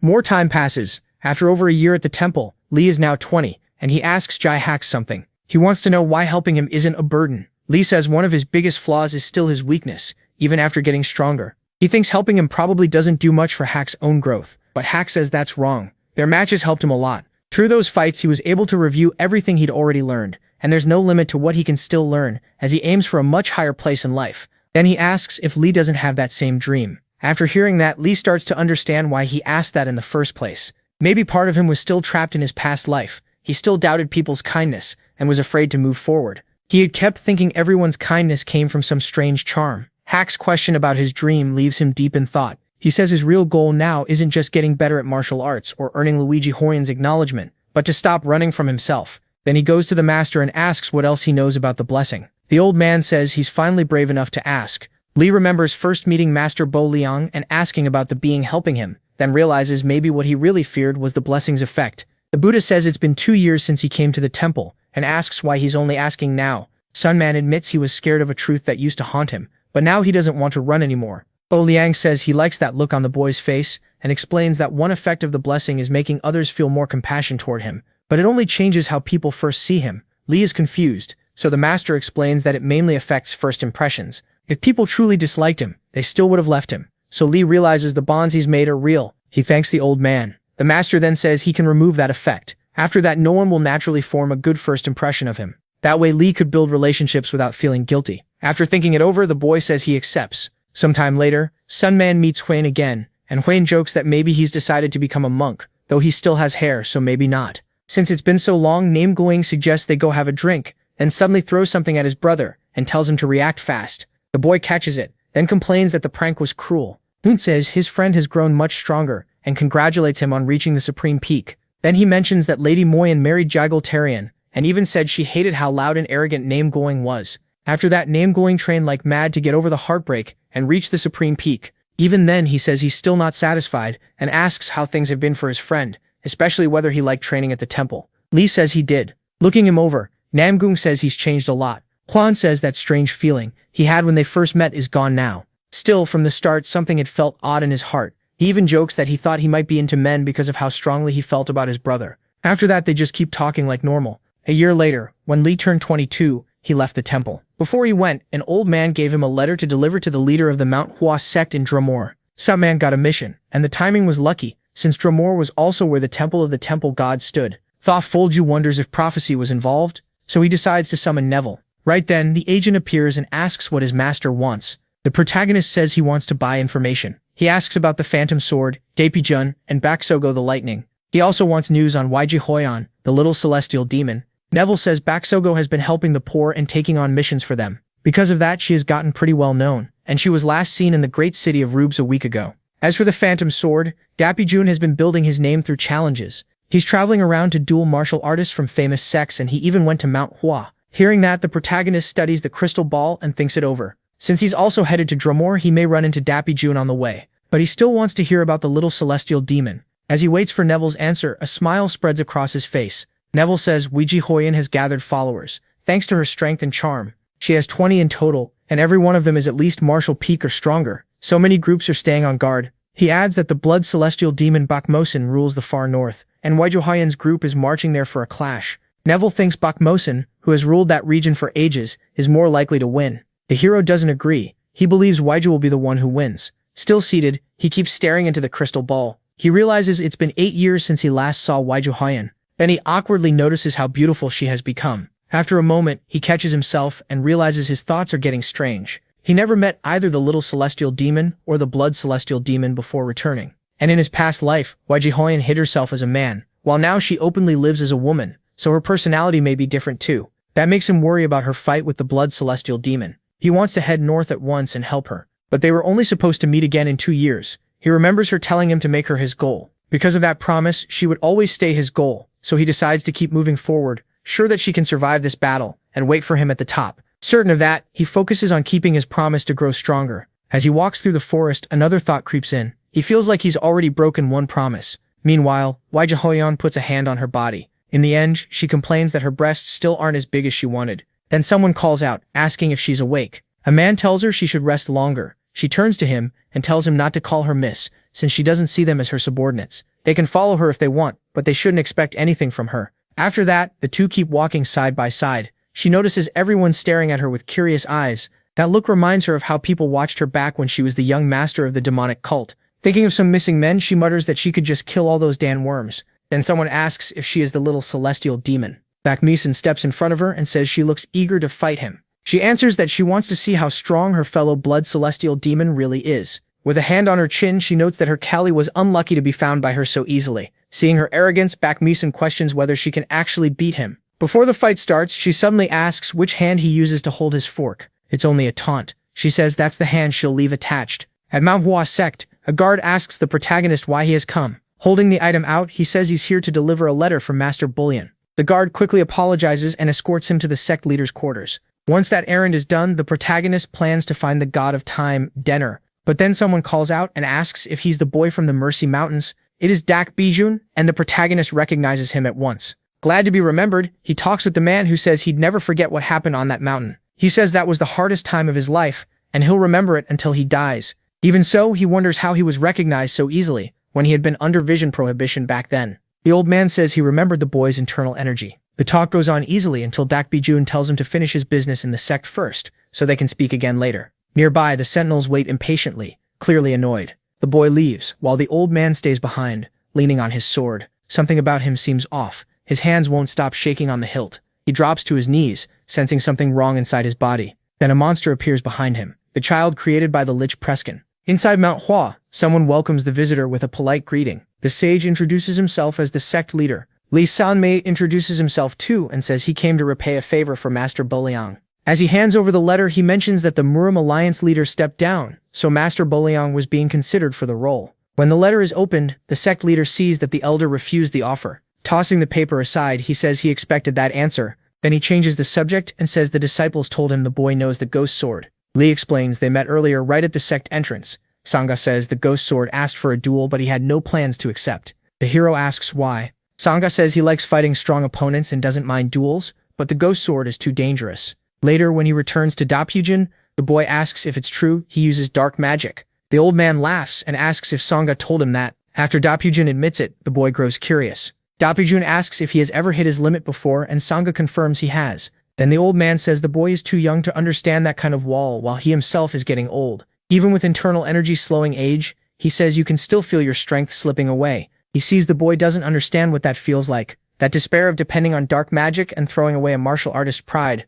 Ashamed, the old man falls quiet, then tells the boy to get out. He doesn't want him seeing that side of him. Sangha leaves without a word, knowing he has nothing to say and choosing not to pry. He goes to find Denir's temple, the one Mercy mentioned, and stops at a small shack. Inside, he meets the god of time, Denir. He's shocked to find that Denir looks like an ordinary child. Puzzled, the boy asks if Mercy sent him because he had become troublesome. He guesses Denir knows he crossed time to be here. As expected of a god, Denir sensed that right away. Introducing himself properly, Denir says he is the god of time, so things like that are obvious to him. Naturally, he feels uneasy around someone like the hero, who broke time's rules and disturbed the world's flow. Not fully understanding, the warrior listens as Denir explains. He isn't living this life as if it's his last. He's changing things, meeting the same people, eating the same food, and repeating life differently. Denir says even the smallest change can grow into something much bigger, like a snowball. For example, Wiji stopped dressing as a man and is now facing the blood celestial demon, something that never happened before. Denir angrily says the hero's existence alone is enough to twist that world. There are already many differences, and they will only keep growing with no end in sight. Just by existing, he is warping the world's order. The protagonist answers that he chose to return after awakening something within himself. Even if he asked, a god of time wouldn't tell him everything. Gods aren't all-knowing or all-powerful. They're just living beings who can still die. That's why they stay silent or lie, because telling the truth would put a target on them. At those words, the protagonist's face suddenly changes. Then Denir senses the apostle's presence, and because of that, he says this topic ends here. After apologizing, the apostle vanishes from the scene. The protagonist wants to know what just happened, but Denir avoids it unless he's willing to visit Judas. He says neither God nor mortal can answer that. Confused, the boy asks if learning the truth is impossible. Denir says no and tells him to seek Enverus. He is the one who escaped the mansion of the dead, a special case, though different from the protagonist. After giving that clue, Denir tells him to leave. Before going, someone asks for a trial. At once, the god's gaze changes. Seeing the hero's real motive, he guesses the boy already finished Mercy's trials. Even so, he says the boy won't get what he wants. This trial won't be training like Mercy's. Anyone who survived Denir's trial could kill the protagonist in an instant, and every one of them went mad and died. After Denir threw him out, the protagonist left the shack. The god told him to clear his head before coming back. He went back to rest like Denir said, but the village felt terrible. Dapijun had ambushed the Taoist Sangha at Sangmang and killed him. From his memories, he knew Ghost Sword and Sangha never fought in his past life. The next year, Dapijun was supposed to face Wuji Hoyun in a dungeon and die there. That was how it originally went, until someone changed everything. As he walked, he reached Mount Huasek without noticing, but a man stopped him. The guards were in formation, chasing Ghost Sword, who used dark sorcery to kill the sect leader after being denied a duel, so the protagonist couldn't keep going. One desperate subordinate said someone had been seen talking to Ghost Sword yesterday. Once they thought he might be an ally, everyone got ready to fight. Because of the regression, someone was dead and Ghost Sword was being hunted. But the protagonist didn't know if he should blame himself or even what he really felt. Still, he had to protect himself and find Ghost Sword right away. In the middle of the clash, someone called his name and said it was surprising to meet him there. Kim Jong-un called it fate. The mage stopped the fight and said he knew the young man well. The area was sealed off for now, but the boy kept trying to enter, so everyone assumed he was there to help Ghost Sword. Kim Jong-un asked if that was true, and the protagonist didn't give a real answer. The two simply stood there facing each other. Then the mage decided to go with Lee Sung-min. To everyone's shock, he told them to let the pair pass. He asked for their trust, saying if the boy showed any threat at all, he could cut off his head. The protagonist thanked him for helping. Then he asked about Doche Baijun, but the mage dodged it and said he expected something strange. A corpse nearby showed clear signs of dark sorcery. The skill was called Vital Drain, an art that steals a person's energy. No wonder people called him the demonic sword. Byosuke Bianjun did this, and now Mount Hua wouldn't be the only group after him. The whole era would want him dead. Even heaven's favor wouldn't save him. As they spoke, a crow landed on the mage's shoulder. It was his familiar, returning from scouting. With the bird back, Kim Jong-un learned something new. He looked at his friend with a grim expression. He said the Taoists of Mount Hua would be delayed. After blocking their messages, he asked to speak with the protagonist alone. Even martial masters would just be drained by Vital Drain and make the enemy stronger, so the mage was helping the boy purely out of curiosity. He wanted to see how this would change the flow of life. Those words made the hero suspicious. Then a voice holding an instrument asked if they were done. Dupikabadis had just finished fighting some men. Even exhausted, the boy refused to give up. He rose and used the fifth stance, the supreme spear of the heavens. His opponent waited calmly. Then his face shifted when he sensed something off. The strike wasn't strong enough to hurt him, and it slipped away. With just his sword, he smacked the boy on the head. That technique was clearly too much for the young man's body. With a lump on his head, he lay there too weak to rise. Now, in the forest, the warrior finally faced Doche Baijun. The old man sensed him in the dark, and after a quiet pause, the boy said he had something to ask. He wanted to know what the old man would have done if they had met at the sect entrance, and how things might have gone if he had never explained why the leader refused his challenges. After a long silence, Doche Baijun finally answered. He would have given up. Back then, he thought he was simply too weak to challenge the leader of the greatest sect. Later, he learned it wasn't about strength. It was because of his sorcery. Since he couldn't face him openly, he broke into the sect at night and got the fight he wanted. His face was covered in blood and his eyes had a cursed look. The old man said the world was huge, and that leader was the strongest person he had ever fought. So to him, it was a perfect battle with a satisfying end. The young man was stunned. He remembered his friend in the mountains and everything he had been taught. Then he closed his eyes as he sensed the strange thing before him. Realizing the Taimiwas had died because of him, and now Doche Baijun had become this, the old man told him that even if that was true, those choices were still his own. There are too many things in this world no one can fully know, so the boy couldn't carry all the blame. But he still felt responsible, and couldn't accept that answer. Seeing how stubborn he was, the old man thought the boy was too full of himself. The protagonist knew Doche Baijun was stronger than him. Too many people across different lives had suffered just because they crossed paths with Lee Sung-min. Even so, he still held his spear for his own sake, but he was sure every death tied to him would stay on his shoulders, and he knew that weight was almost impossible to bear. Even then, he meant to face the demonic sword and kill him. Knowing the fight would be hard, he asked Kim Jong-un to call the Taoists of Mount Hui. Doche Baijun was much stronger now, after absorbing the energy of more than 10 people. Sword in hand, the old man wanted to see how much the mountain boy had grown. The hero realized he had turned into something far more terrifying. In the dark, the old man said the boy was still young, and he was ready to fight. Looking at that dreadful face, the hero understood. Doche Baijun was a vampire. This vampire, tied by blood to the demonic sword, was either incredibly strong or simply not trying very hard. A vampire can escape old age by drinking the blood of stronger beings. Even so, he was still an old man at heart. Then the fight began in full, showing what both of them could do. Doche Baijun was highly skilled and knew how to guard against heavy attacks. But even if he was a lesser vampire, that didn't make him weak. He carried the power of a transcendent vampire master, so lowering your guard was never an option. The vampire rushed in to strike. The boy answered with a soul-purging assassin thrust, trying a new attack. The old man's sword shook in his hand as he lost balance. Then he suddenly stabbed it into the ground. At the same time, someone sprang forward in one huge leap. He drove his spear toward Doche Baijun,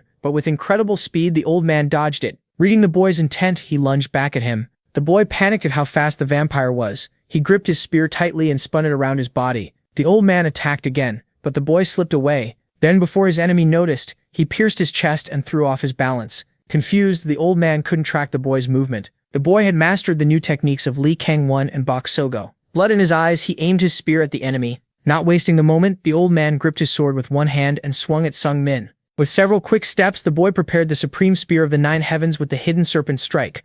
Unable to read those movements, the old warrior waited for the blow. His vampire eyes could catch things normal people never could, but even he didn't expect the violent strike. Power burst up from the ground itself. The old man laughed and said he never thought the spear would come from under his feet. If he had dodged even a moment later, his head would have been pierced. The protagonist's anger kept rising, clear in his savage stare. The Yeokbijorn realized that ignorant mountain boy had grown a lot. As they fought under the rising red moon, the old warrior suddenly said he had invited the boy. The boy was confused by that. Moving closer, the man said he had invited his talent. Feeling him approach, the boy readied his spear, but he still got wounded in the arm. As he fell, Yeokbijorn stood before him like a shadow. The protagonist struck again through the darkness, only to realize his spear had been broken in two. Stunned, he demanded an explanation. The vampire paused and began telling his story. After leaving the mountain, he grew desperate over his aging body. He didn't want to grow old. He wanted to keep going farther, but his body couldn't follow. He had trained with the sword for 50 years and once dreamed of becoming the strongest in the world. But his body failed him, so he searched for another way to beat age. That was why he chose to become a vampire. Laughing, Yeokbijorn said he knew someone was waiting for reinforcements. He wanted them to come fast so he could drink their blood and reclaim his youth. Hearing that, the hero gathered all his anger. Using his ring, he released all his power. He had truly respected that old friend. The vampire grew excited, seeing they still hadn't reached the peak of the battle. Now he knew fighting that boy would be even more fun than he expected. When a martial artist reaches the top, they can pour their energy into a weapon. That's called an energy sword. It boosts attack power a lot, and a master can slice steel like it's nothing. If they go beyond that level, the energy takes shape. That's called an enhanced energy sword. It's far deadlier than a normal energy sword, and can kill in one hit. Still, there is a way to block it. Enhanced protection energy. It wraps enhanced energy around the whole body, and guards against an enemy's power, but Sun Min can't use it. His enhanced energy is still incomplete and came only from insight. Even with no clear way to win, Lee Sun Min refused to give up. He attacked any way he could. Even exhausted and gasping, he never paused. No matter how many times he was struck down, he got back up. But the vampire was far too fast and vanished from sight. Then he appeared behind him. Sun Min felt him there, but he was still too weak to stop him. The spear's power ripped through the air. For a moment he spotted an opening in the barrier and struck, but the enhanced protection blocked his spear. Yeokbijorn could keep taking hits with that energy protecting him. One clean hit to the head, though, could still kill even the moon vampire, protection or not, and the skill gap between them was huge. As he thanked fate for surviving this long, his spear cut through empty air, leaving a deadly opening. Between masters, even that means death. In less than a blink, Lee Sun Min felt in his bones that this was the end of his life, yet he was still alive. The demonic sword stepped back instead of finishing him. Only when he saw that crazed smile did Lee Sun Min realize the demonic sword was just playing with him, and that made his blood boil. For 4 years, Lee Sun Min trained with the Shaolins and fought Jai Hack every day. His martial arts became steady, and he reached the supreme peak. For someone his age, that's almost unheard of. He wasn't weak at all. He had just run into monsters stronger than him. Facing geniuses, he'd need lifetimes to catch, plus the memories from his past life left him with a deep inferiority complex. Life would have been easier if he had settled for being average in an average world. But his time with the Shaolins helped him push past that weakness in his heart. Meanwhile, the fight kept raging. Lee Sun Min may have gotten stronger, but he still felt weak. And that was the truth. His real problem wasn't just weakness. He couldn't bear the lives lost because of his own pride. Still, the demonic sword kept toying with Lee Sun Min. In that moment, the hero understood just how bad things were. That's why he kept training harder. Because he refused to stay weak. Because he didn't want to live with shame. And because he wanted to crush that inferiority complex for good. Using the last of his strength, the hero attacked. He forced himself closer to an enemy who felt untouchable. The protection around that body kept growing. But Sun Min still wanted to change. With his ring in hand, he unleashed all his power and stabbed into his enemy's chest, leaving the vampire stunned. Even Lee Sun Min didn't know how he had pulled off that strike. The vampire clearly felt the spear hit. His legs lost their footing, and he staggered. Seeing the spear buried in his chest, he was shocked. He couldn't understand how that attack got through. Lee Sun Min felt the tension in the air and asked himself the same thing Yeokbijorn did. He had no idea how he did it, and the answer flashed by, then disappeared. That trance-like thrust was faster than the demonic sword's blade, and pierced the protection. But Lee Sun Min still didn't understand it. He thought it might be another sudden awakening, like when he first touched enhanced energy. At the same time, his opponent was writhing from the pain. He tried every way he could to pull free from the spear. Sun Min, desperate, didn't know what to do next. The old warrior said it felt like he had tripped over a stone. A boy at Sun Min's level should never have been able to land that thrust. After tearing the spear from his chest, he charged the talent before him again. That spear strike was stronger, faster, and quieter than even the blade of Tua Samha. He knew that if death came, his blood wouldn't be enough to heal him. so he gripped his sword even tighter. His sword turned bright blue, and he urged the boy to show him more. As he moved, his blue aura lit the sky. Dojoke Bijun wanted Sun Min to reveal the power he himself had never reached. The innate energy core is power a person is born with, but using it means death or losing nearly all their life. Since he was using that power, he would die soon, and the protagonist could have just run and left him there. But Dojoke Bijun's eyes burned with joy and passion. After seeing those eyes, the hero couldn't run. Dojoke Bijun wasn't some puppet demon of sorcery. He was a seeker chasing truth and trying to break his limits. Sun Min knew the old man had lied about envying his youth and talent. He was really someone who had run from his own inferiority while pretending to overcome it, and for that Sun Min would use his spear with everything he had. If he could recreate that miracle strike, he'd give a great martial artist a proper death. By then, the old man had no strength left, and blood poured from his mouth. Before dying, he said he was disappointed in the boy. Growing weaker, he said the blow that killed him should have been stronger and grander than Sun Ha's. With the spear in his chest again, the old warrior still couldn't understand why he had ended up like that. Sun Min stood beside him and listened to his last words. Before he could finish, his hand fell limp. Dojoke Bijun was dead. The protagonist felt the weight of what he still had to carry. In that world, the demonic sword died smiling. Kneeling beside him, the boy asked for forgiveness. Worn down by so much death, he blamed himself for every loss. As he cried for the fallen, he noticed a light coming toward him. It was Sogo, and he ran into her embrace. She told him he had grown a lot. The protagonist was stunned to see his friend there in the forest. Suspicious, he pulled back for a moment and asked why she was there. She stayed beside him in silence. As she gathered flowers, she said she had heard rumors about the demonic path. The hero listened closely. She placed the flowers on Dojoke Bijun's body. Then she gently closed his eyes. Grieving for her friend, she said nothing more. Sunbeam and Sogo hadn't met in around 5 years, and now they were reunited in a place like this. Sogo had already sensed that the mountain boy had grown much stronger. She said she felt demonic energy, watched his fight with the demonic sword, and saw him losing. Even if he had died, she wouldn't have stepped into that fight. With a faint smile, the boy said he understood. She was a martial artist too. Still, he believed he should have died. He had spent the whole battle retreating, and only a lucky strike let him win. Despite the gap in strength, the demonic sword had been consumed by ambition and pushed himself past every limit. But Sogo said their friend was wrong. Confused, the boy asked what she meant. She explained that his sin was harming innocent people, and nothing could excuse that. She didn't know his pain or his reasons, but none of it mattered. After all the unforgivable deaths he caused, the two stood there in silence. Sogo's sense of justice was very different from the protagonist's. Senbin said he had chased the demonic sword out of responsibility, and with a sad look she understood. She said she belonged to the Murim Alliance, a place where her kind of justice could be tested, and where she had learned useful information. Knowing that man, she had wanted to stop him, but she hadn't known the protagonist was there. With a little blood at his mouth, he called out to Sogo. Curious, he asked how he seemed to her. She said Senbin looked completely different, far above the boy she had met before. In the end, she said she was happy to see that change.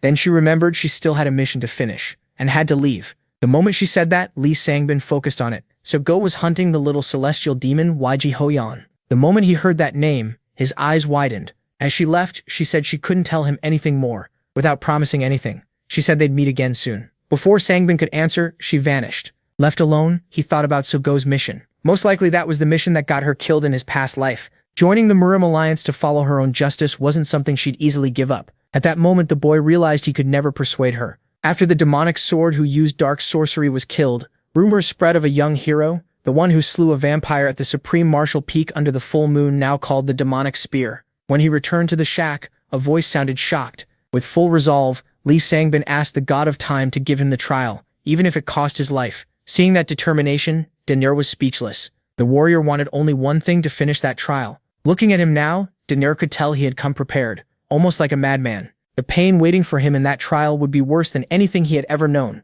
But the protagonist didn't care. He told Daenerys to start the trial now. Sensing the young man's pain, the god of time gave a small smile and decided to begin at once. In the next instant, they were in a completely different place. It was the world inside the protagonist's consciousness. Training there wouldn't affect Sangbin's brain. Only his mind could be trained, and he couldn't use the status window or any skills. To get out, he had to rely only on memory and talent. He would stay there until the sand in the hard glass ran out, and one trial lasted a full century. So with no way to take it back, he was trapped in that empty place for at least 100 years. The god of time felt the young man deserved that punishment. He might even stay longer than a century. Damadane says he can remain there as long as he chooses. When all the sand falls, he gets two choices: return to the real world, or turn the hard glass over. Each flip adds another 100 years, but once he turns it, there's no backing out. He has to stay until the sand runs out again. Only 3 out of 10 survived. The rest went mad or died. Many clear the first 100 years, get overconfident, and flip it again. Then the second century starts breaking their minds.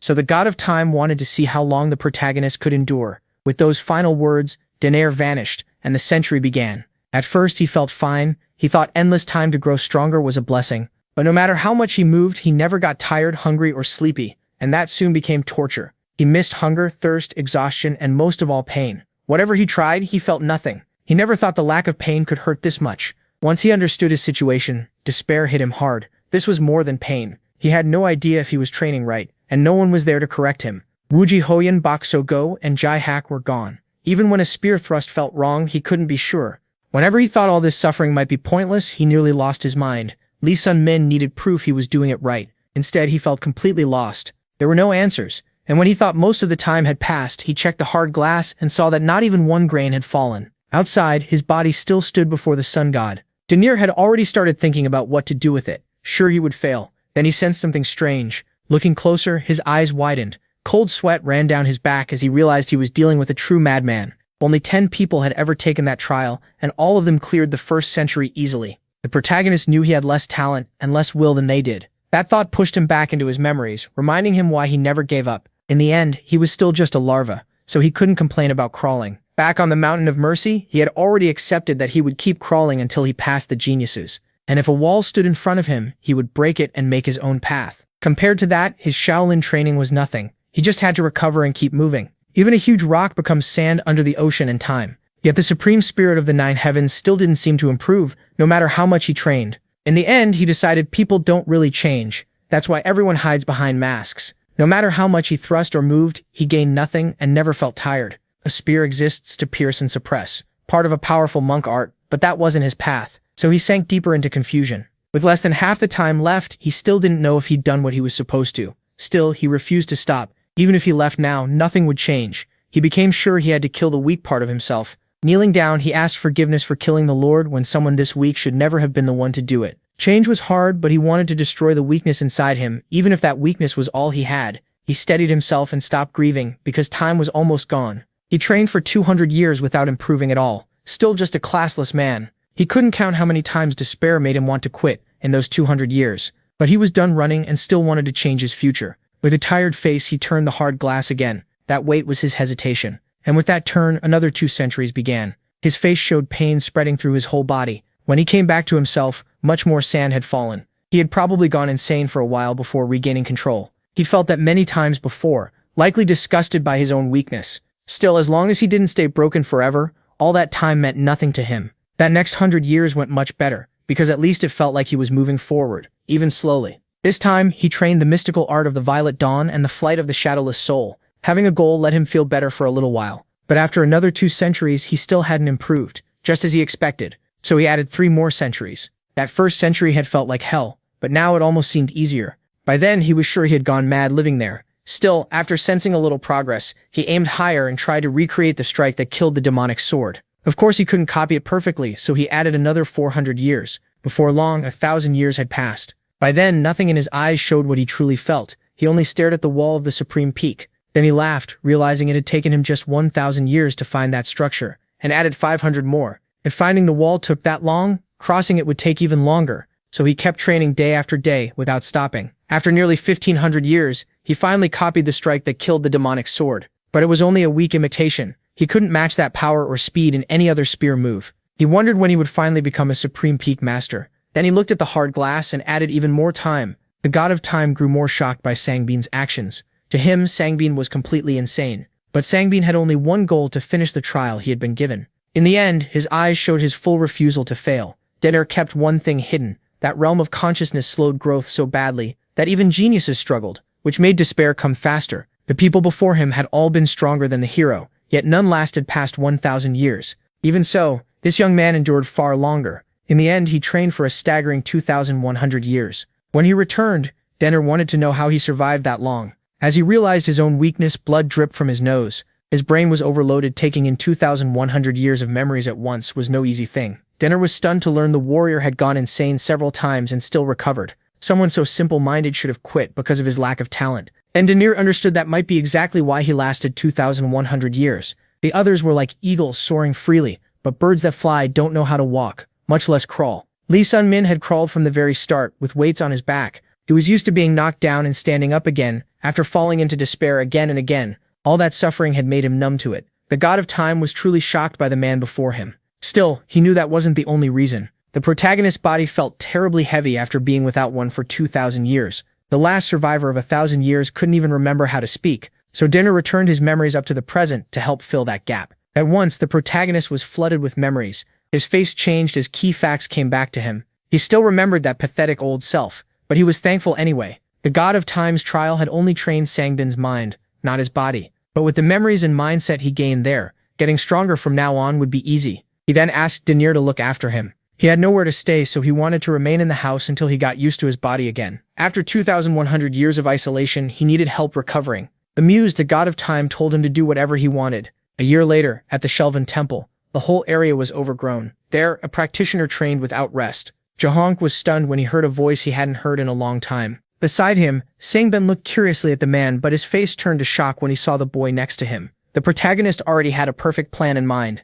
Confused, the warrior said he didn't understand what had happened to him. Clearly, a lot had changed in all that time. Jahonk had heard the rumor that Lee Sun-min was the one who defeated the demonic sword. He didn't believe killing a great martial artist, the one who had slain the Mount Hua sect leader, was just luck. The hero had reached supreme peak in the middle of the year, and the fighter was curious about the power he had gained. Even while trying to dodge the topic, it took him a while to admit what he really felt. Looking into Sun-min's eyes, it seemed like he had lived absurdly long. The two stayed quiet for a moment. Then the warrior tightened his grip on his weapon, making his intent clear. Jahonk wanted to fight Sangbin, but the boy was already ready for that duel. He said that's exactly why he came. Just as they took their positions, a voice ordered them to stop. The old man warned that if those two fought, the Shaolin's future could be ruined. Hearing Master Bullion, both men stopped. The old man was impressed by how much the boy's martial arts had grown. Sangbin had turned up for one reason. He wanted to see how close he had gotten. He was set on reaching as near to Wuji Huayang as he could. Master Bullion said the girl's talent should have taken her much farther already. Jahonk waited for him to finish. The old man added that even Huayang at 17 should still be well ahead of Sun-min. But Sun-min had expected that, so he wasn't surprised. He never thought his current strength was enough to match her. Still, the realm of consciousness had raised his power a lot. With this body, he planned to climb even higher. There were only 2 months left before the dungeon opened. Jahonk asked him to stay the night, but Sangbin left after taking back the demonic armor and his spear. He still had to learn about the Black Heart, stop back Sogo from dying, find Inverus, and restore his martial power. With so much to do, he couldn't waste any time. His first goal was finding Inverus, whose twisted causality was different from his own. The man had escaped death itself, so Sangbin hoped he could help. He went searching for the one person who might have answers. From Erebus's info, the merchant called Inverus had been seen in the Forest of Sleepers. That forest was feared because the ghostly screams drove people insane. No one knew what was deep inside, since everyone avoided the monster-filled woods. Sangbin couldn't believe a normal merchant would come here. Regular people would lose their minds from the screams, but to him they were just annoying noise. Nothing in the forest could truly shake him. Then something strange appeared behind him. Startled, he swung with full force. With a few blows, he crushed every monster that came at him. At the same time, some mysterious figures watched from far away. They wondered how he was killing the monsters so easily. They judged him a supreme peak master, but not from a demonic sect since he had no demonic energy. Knowing they couldn't beat him alone, they moved to call for help, but Sangbin had already spotted them and simply asked if they knew someone named Inverus. Terrified, the men pulled their weapons to protect themselves. A dart shot straight at him. He dodged it, confused by the sudden attack. Even so, the men kept fighting with everything they had. One of them sent a fierce blast of fire at him. Sun-min didn't care. He knew he could take it all. The attacker was stunned when Sun-min copied the same move with a wave of his hand. Walking closer, the boy tried a calmer approach. There was no reason to fear him, but one look from him was enough to scare the man stiff. Then he explained, they were deaf, so if Sun-min wanted to talk, he had to write on the ground. That made Sun-min understand why they had reacted so strongly. So they started talking by writing in the dirt. Then, without warning, a warrior dropped from the sky. He slammed down hard onto the ground. Shouting, he called the two men idiots for what they were doing. They had no right to share tribal info with an unfinished outsider. This man was one of the tribe's powerful elders. Soon after, Sun-min realized the others weren't actually deaf. Still, all he cared about was Inverus. The elder angrily declared he would tell an outsider nothing. The men saw there was no choice left but to fight. After dropping the elder, Sun-min tried speaking to them again. They were shaken, still unable to believe he had beaten the elder. Figuring Inverus was tied to their tribe, he told them to take him there. The tribe lived in the Forest of Sleepers and used a drug that protected them from the endless screams. Soon they reached the village, a place packed with wooden buildings, though some of the men clearly disliked bringing him there. A man stepped forward and introduced himself as the chief, Kazuya. The two stared each other down, trading sharp words while judging what to do next. The chief was no weakling. He was a supreme peak master who had gone through origin reversal. Annoyed, the old man demanded to know what Sun Min wanted so badly that he killed an elder and threatened 2 youths. Sun Min kept saying he came peacefully and never meant to kill anyone. Still, he wasn't going to stand there while someone tried to kill him. That answer left the chief silent for a moment. Putting anger aside, he realized too many of his people would die if they tried to stop him, so he allowed Sun Min to stay as a guest. Sun Min accepted, but he stayed alert. Their truce was set. Then Sun Min asked if the chief knew Inveris. The chief told him Inveris had left the forest 2 months earlier. They had no clue where he went after that, but before leaving, Inveris had said someone would come asking about him. His last request was that they guide that person to a certain place. After a short walk, they reached another part of the forest. Kazuya explained that countless trees had risen there to make a wall. Sun Min gripped his spear and prepared to break it. He poured all his strength and will into the weapon. Then he hurled himself at the wall. The force was so great the chief had to shield his eyes. But even after that strike, Sun Min looked desperate. Raw strength alone couldn't break the barrier. Not even Inveris had crossed it. Only the tribe chief could open it. So the old man chose to open the wall for him. He gathered all his power and opened a dark passage. Even then, the chief didn't know what was inside. He only knew an unbelievable power lived there, and even a supreme peak master would struggle to get through. Before he could finish, Sun Min stepped inside. Kazuya could only stare as the boy vanished. The non-stop screams would shatter anyone's sanity. It was a brutal mental attack, and just like Kazuya said, even a supreme peak master couldn't bear it. But for 2,100 years, Lee Sung-min had gone through something even worse in the realm of consciousness, where his mind was broken and rebuilt again and again. That left him somewhere between sane and mad. As he walked, he heard a strange voice trying to speak to him, and something flickered through the smoke ahead. That power let him in because it had mistaken him for someone else. Curious, it asked if he was the one who had gone back in time. Not knowing what was talking to him, Sun Min stayed quiet. Then another voice told the monarch of the void to stop acting like that. A girl changed her form and said he was scaring the boy. Sun Min had no idea what was happening. Finally, he asked who these 2 strange beings behind the wall of trees were. Before he could say more, the girl introduced herself. She was Ruby, Inveris's familiar, and said she had been waiting for him all this time on her master's orders. She added that her form looked like this because of her master's odd taste. Curious, Sun Min asked what the creepy thing behind him was. Ruby said it was the monarch of the void, a remnant of the great demons. 400 years ago, he had been a mighty demon who ruled over more than 100 others. Now he was only a spirit with no body. Lee Sun Min asked why Ruby had waited so long in a place like this. She said only her master could answer that, since he also had twisted causality. Even as his familiar, she couldn't track his exact location. That made Sun Min impatient. Since the master could sense Ruby's location, she said the best choice was for him to follow her. He couldn't understand why this was getting so complicated. And he still didn't get why that weird thing was standing in front of him. The monarch of the void only knew one thing. The one who returned would come looking for him someday. He wanted to leave the forest with a regressor. People in the forest tribe spoke of a good god, but that only made the monarch laugh. As long as the tribe's blood remained in the forest, the final seal would stay, and even he didn't know whether the path had an end. Even after all that, Sun Min still had plenty of questions. Ruby repeated that he might eventually meet her master, Inveris. The only issue was how to carry a demon with no physical body. Even her master hadn't explained that part. Suddenly, the monarch of the void started changing form. Sun Min watched carefully. Then the spirit lunged at him with its power. Even Ruby didn't know what the monarch was trying to do. He planned to steal Sun Min's body after being trapped for 400 years without one. It was trash compared to his old body, but he meant to use it anyway. Ruby waited to see how it would end. The monarch of the void laughed wildly, then realized he had flown straight into the bracelet on the boy's arm. Confused, he couldn't understand what had happened. The great monarch of the void had been rejected and sealed inside the bracelet. Sung Min's mind was too strong after 2,100 years in the realm of consciousness. On top of that, it might have been some blessing from someone moving behind the scenes. Still, the only way to get answers was to meet Inveris. The bracelet brought back memories of when his friend Lude was still alive. He had shared many memories with that item, and now he couldn't use it anymore. He wanted to throw the monarch out of the bracelet, but the spirit panicked. Before Sung Min could leave him behind, the monarch tried to buy his way in with a gift. He claimed that when he was a great demon, he had gathered huge war spoils over centuries. Ruby backed him up, saying he really had once been rich, with a vault full of treasure and strange items. Sung Min thought it over. In the end, Ruby and the monarch of the void became his companions, and the 3 of them moved on through the forest. The familiar planned to wait for Master Inveris somewhere quiet. It sounded fine, but first the men had somewhere else to go. The girl asked if that place was dangerous. His face already gave him away. He was heading to a dungeon first. Dungeons are strange places filled with powerful magic. Each one follows its own rules. When dungeon monsters die, their bodies vanish and loot appears instead. And the stronger the monster, the better the reward. If you beat the dungeon master, you get a huge prize and the dungeon closes. Ruby asked if he was really going there. Calmly, he said yes. Soon he stood before a giant stone. 2 months had passed since meeting Rubia and the Monarch of the Void, and Erebus had helped him find the dungeon. In his past life, he took the Stone of Regression, and now the Crimson Stone should be at the entrance. One touch would send him somewhere inside, but for a moment he wondered if this mission was even possible. Still, after coming this far, giving up made no sense, so he reached for the stone. The moment he touched it, he was teleported. He and Rubia entered the dungeon together. Selman suddenly heard something familiar. He turned and found a huge man beside him. It was an ambush. The man stayed quiet, then he asked who the boy was. A second later, he realized this was the demon spear, the one who killed the demon sword. Grismo apologized, saying he mistook him for a master from the demonic faction. In his past life, Grismo had reached the supreme peak and was later killed by Wuji Hoyan.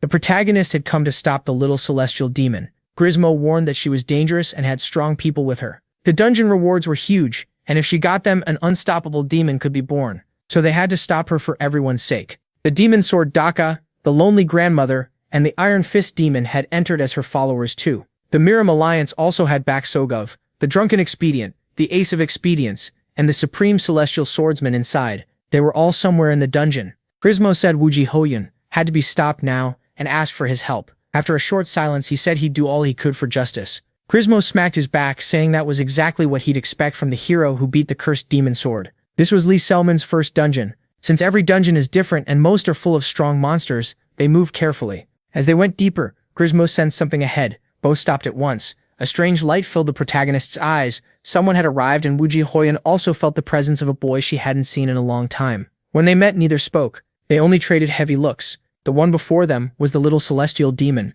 But Grismo felt something was off. Then Baksogo stepped out of the darkness. The big man lit up the moment he saw her. But they should have looked closer. Something about her wasn't right. A closer look showed something strange on her face. Grismo instantly grew desperate. She rushed him and kicked him with full force. Blood ran from his lips. Rubia realized it was a doppelganger, a monster that copies someone's looks and movements. Worse, it had just used a soul attack, without even having a soul. Then the creature's focus shifted. Its red eyes locked on the protagonist. He instantly activated his bracelet and armor covered his body. He was furious that his friend was being copied like this. Rubia panicked when she felt his rage. The creature started to move, and suddenly a storm of attacks came at him. They all aimed for the protagonist. He had killed the old demon sword, and that day Baksogo had told him how much he had grown. He could never forget those words. That was why he trained for 2,100 years to make her proud and hear that again, but not from some monster wearing her face. So he fought without holding back. He told Grismo it was only a copy, a doppelganger that could mimic martial arts, but it was still far weaker than the real Sogo.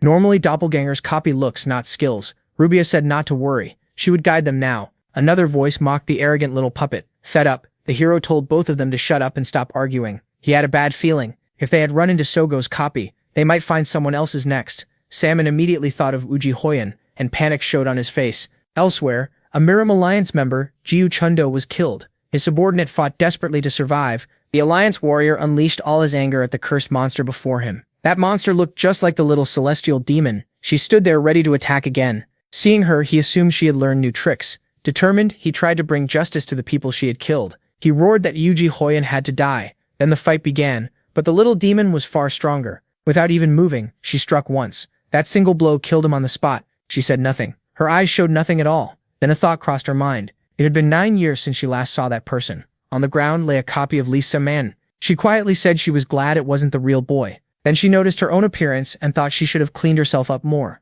Looking over his body, she realized just how much stronger he had become. She admitted she'd be truly sad if he died here. Then she turned away, leaving the body behind and hoping Lisa Man would survive. Laughter echoed through the dungeon. After a hard fight, Baksogo still didn't look very tired. She already knew she had been battling doppelgangers. The one she beat was Juk Trundo's copy, the weakest of them. She found a pure elixir and realized it had been inside the copy's body. Now unsure where to go, she needed to find the other Miram Alliance members.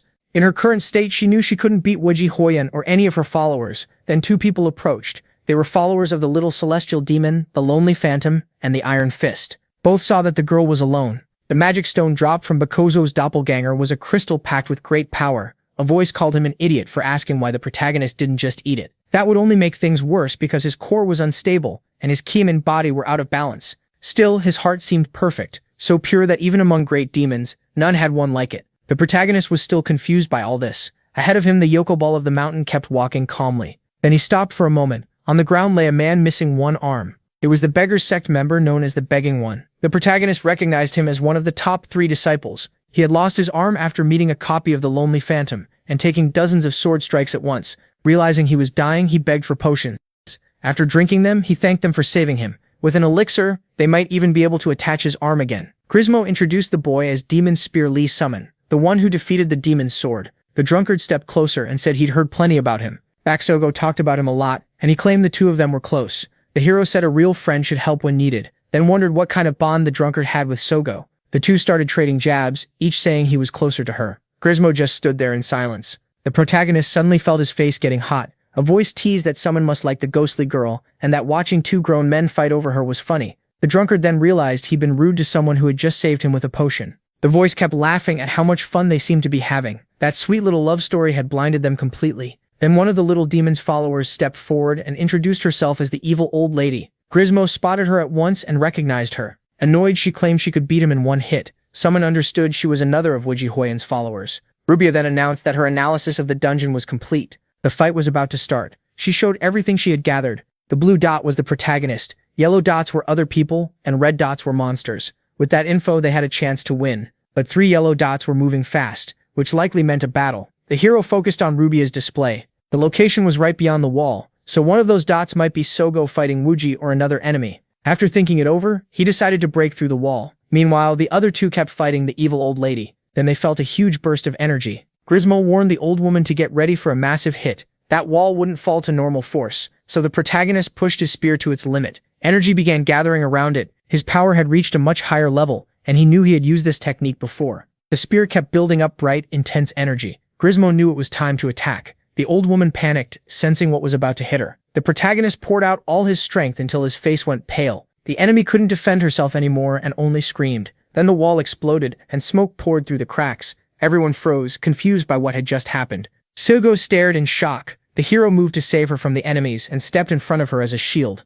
Shaken, she could only think about how long it had been since they last met. At the same time, status updates for each person appeared. Lee Sun-min wouldn't let anyone hurt Beg Sogo. The other two men grew wary. They didn't know him and assumed he was from the Murim Alliance. Even while hurt, the girl was stunned that her friend had broken that wall. With something in his hand, he said he came to help. It was the gift from the Buddhist ambassador, saved all this time so its power wouldn't fade. But he couldn't let this go on. So he bit into the sphere with all his strength. The moment he swallowed it, his body changed completely. The men watched closely, fully alert. Even with only half, his inner energy started coming back, proving Hyuju was right. The stronger one would handle the girl, while the other rushed the cursed boy with his sword. Elsewhere, the two fighters got ready. The enemies leaped in to close the gap. Lee Sun-min raised his spear to block. The enemy's sword was powerful, and he controlled his skills with deadly force. Seeing how much stronger the boy had become, Bakusogo was impressed. Still gripping her spear, she knew the fight wasn't over. Even Van Mist thought that. Despite his lower level, this guy was tough to face. He didn't seem like a returnee,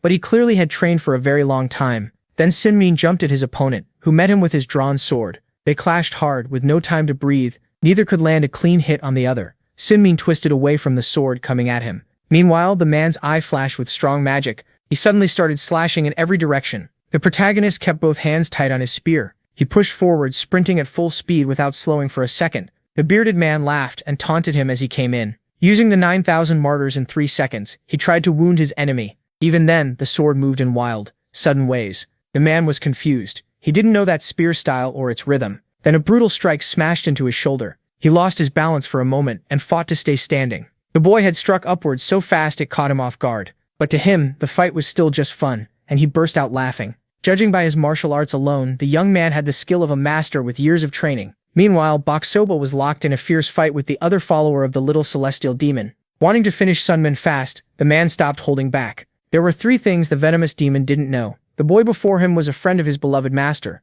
that the skills he admired in his heart had been refined by that same master, and that his beloved master would be the one to kill him. The bearded man couldn't survive the fatal strike from his master, never even learning why. The moment Wuji Huiyan showed herself, she killed him in a second. The other man saw the little celestial demon arrive and was horrified that she had just slain the venomous demon, her loyal follower. Even if she didn't care for them, they still saw her as their master. Their one wish was for her to rule the world so everyone could witness her reign, so the other man couldn't understand why she killed someone who followed her so faithfully. Wuji Huiyan showed no regret at all. Furious, he realized arguing was pointless now. After all that, Morang Tekken declared the little celestial demon must die, but he died instead. That Wuji Huiyan was only a copy, but the 2 men didn't know that since they'd never seen dungeon doubles before. In the end, the demons who followed Wuji Huiyan all died. Meanwhile, The copy moved toward the two of them. Bak Sogo told someone to run right away. She pointed to the hole in the wall and said the drunk and the mountain Yukpo were beyond it. Some had to bring them back for the next fight if they wanted any chance at all. The protagonist said Sogo was faster, so she had to be the one to go. With a faint smile, he asked her to do it. Unable to refuse her comrade, she finally agreed. As a last move, she tossed him an elixir. Before leaving, she begged him not to die. The protagonist believed he wouldn't, or at least hoped so. Face to face, the two men shouted at each other. In his past life, only Weiji Hoyan came out of that dungeon alive. When people asked about the others, she simply said they were all dead. Everyone assumed the little celestial demon had killed them herself, but now someone knew the truth. The band on Weiji Hoyan's arm looked like an artifact that could grow or shrink in firepower at high speed. This time, the protagonist might stop it from happening. Bracing himself, he prepared for the worst. Still, he refused to give up and chose to face his fear. Weapon in hand, he went at the enemy, but that force was too much and it felt like his arm might tear off. Then the enemy blasted him far away with one hit. Sogo the drunk and the mountain yacht bull were still busy fighting the old woman, so he had no idea if things would change once they came. Another strike sent the protagonist flying even farther, but his will to live was overwhelming. He had to survive this. He had made promises to many people, and he had to endure. He had to keep fighting. He had to find any way he could to bring that woman down. His body was weak, but his mind wasn't. Drawing on his 2,100 years in the spiritual world, he tried to recall everything he had learned. He needed to attack from the front and aim for the weakest side. The little celestial demon didn't react. Still, she noticed the protagonist getting ready to attack again.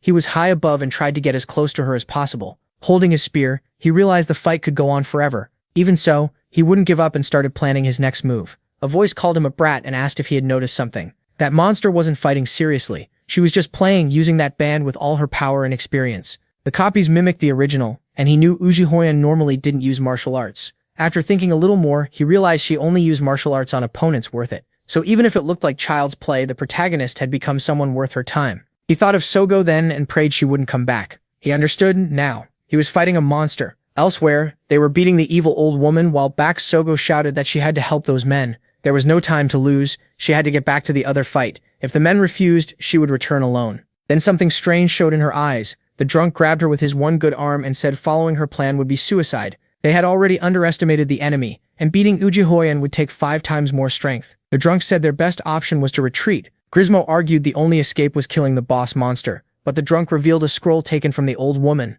It was a cruel choice because it meant leaving a friend behind. While they argued, Bak Sogo lay unconscious in the man's arms. Then a bright light burst from the hole. At the same time, a regretful voice asked for forgiveness as the warrior kept fighting the little celestial demon. Blood poured from his mouth and his pupils were wide. His enemy kept pressing him, never letting him rest. She rushed around at incredible speed. The hero had to watch every direction, center, opening, right, and left. The voice helped him tell where the next attack was coming from. Even with that help, he still couldn't follow every instruction. Fed up, he told the voice to shut up already. He knew that if he died, he'd rot in that place, and Bak Sogo still hadn't returned. The voice claimed she had betrayed him. If he hadn't come in to save her, he wouldn't be in this much danger. But he didn't care if he died in Sogo's place. He was sure something had happened to stop her from coming back. Besides, if he had never met her, he wouldn't have survived the mountain. The voice answered with a dark laugh. Even after that speech, the boy still couldn't die here, so Anne decided to help, and a transformation began. Not understanding any of it, someone simply accepted the help. This was real power enough to crush every enemy. Richard Hamey watched what was happening in front of her. That power was easy to use as long as you had a purpose,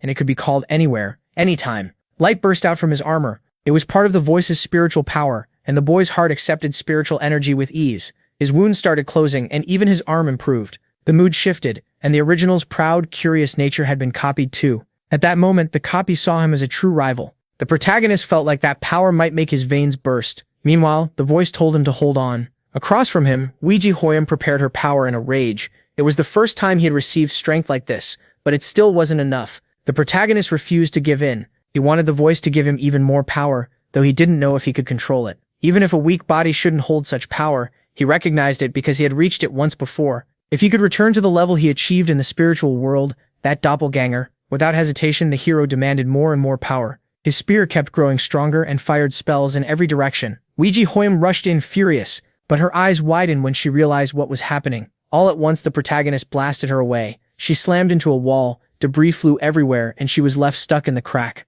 The 9,000 immortal songs were being used for the sacrifice. The protagonist only had to hold on a few more seconds. As the world let out its force, more explosions erupted. Angry, the little celestial demon got back up and attacked again. Power gathered in one of her hands. He never expected to be struck, but the attack came right at the protagonist. This was the strongest power he could use, with 6 seconds left in the sacrifice. To his eyes, power was pouring from his whole body. With that strength, the protagonist tried to bring justice himself. Weijie Hoyam took the hits and was flung even farther back. Her red eyes turned even darker. Then a bright light burst from every part of the dungeon. Even the protagonist looked shocked that he had won, and the copy answered that, standing still. Pain hit him. Sweat ran down his face, and his veins swelled. He had done this 9 years ago, and after thousands of years he had kept running while thinking about the little celestial demon. With no real confidence, he just wanted to know if he had grown even a little stronger. The voice mocked him for that, and said he still needed someone else's power to win. Having power and knowing how to use it were not the same. Then the voice warned him to get ready. The next step was pulling back the borrowed power, and that could be deadly. He said he was used to pain, and the power started leaving him. A horrifying look spread across his face. His eyes bulged, his pupils widened, and the pain was unbearable. Suddenly, his whole body began to glow. He screamed as the power left him. A girl stood beside him. Touching his stomach, Robia asked if he was okay. His body had been fighting that pain for a full hour. Even the special elixir the woman gave him wasn't enough to heal him. Without it, he might have died. So once again, he owed his life to Bixoga. He had nearly died. His limbs, joints, blood, and kepi had all burst and torn into wounds. Even unable to move, he tried to stand. He said there was somewhere he had to go. Then he started walking without balance. Looking over, he saw stones falling onto the evil old woman. Beside him, Rubia said she could sense mana resonance and movement magic there. An escape scroll had moved 3 people. Realizing Sogo had escaped the dungeon, he felt he had done what he came to do. Even so, he kept moving without turning back. Looking at the map, he headed toward the boss. His final goal was Weijie Hoyam. He staggered, but never gave up or stopped to rest. Rubia kept arguing with him, but he said nothing.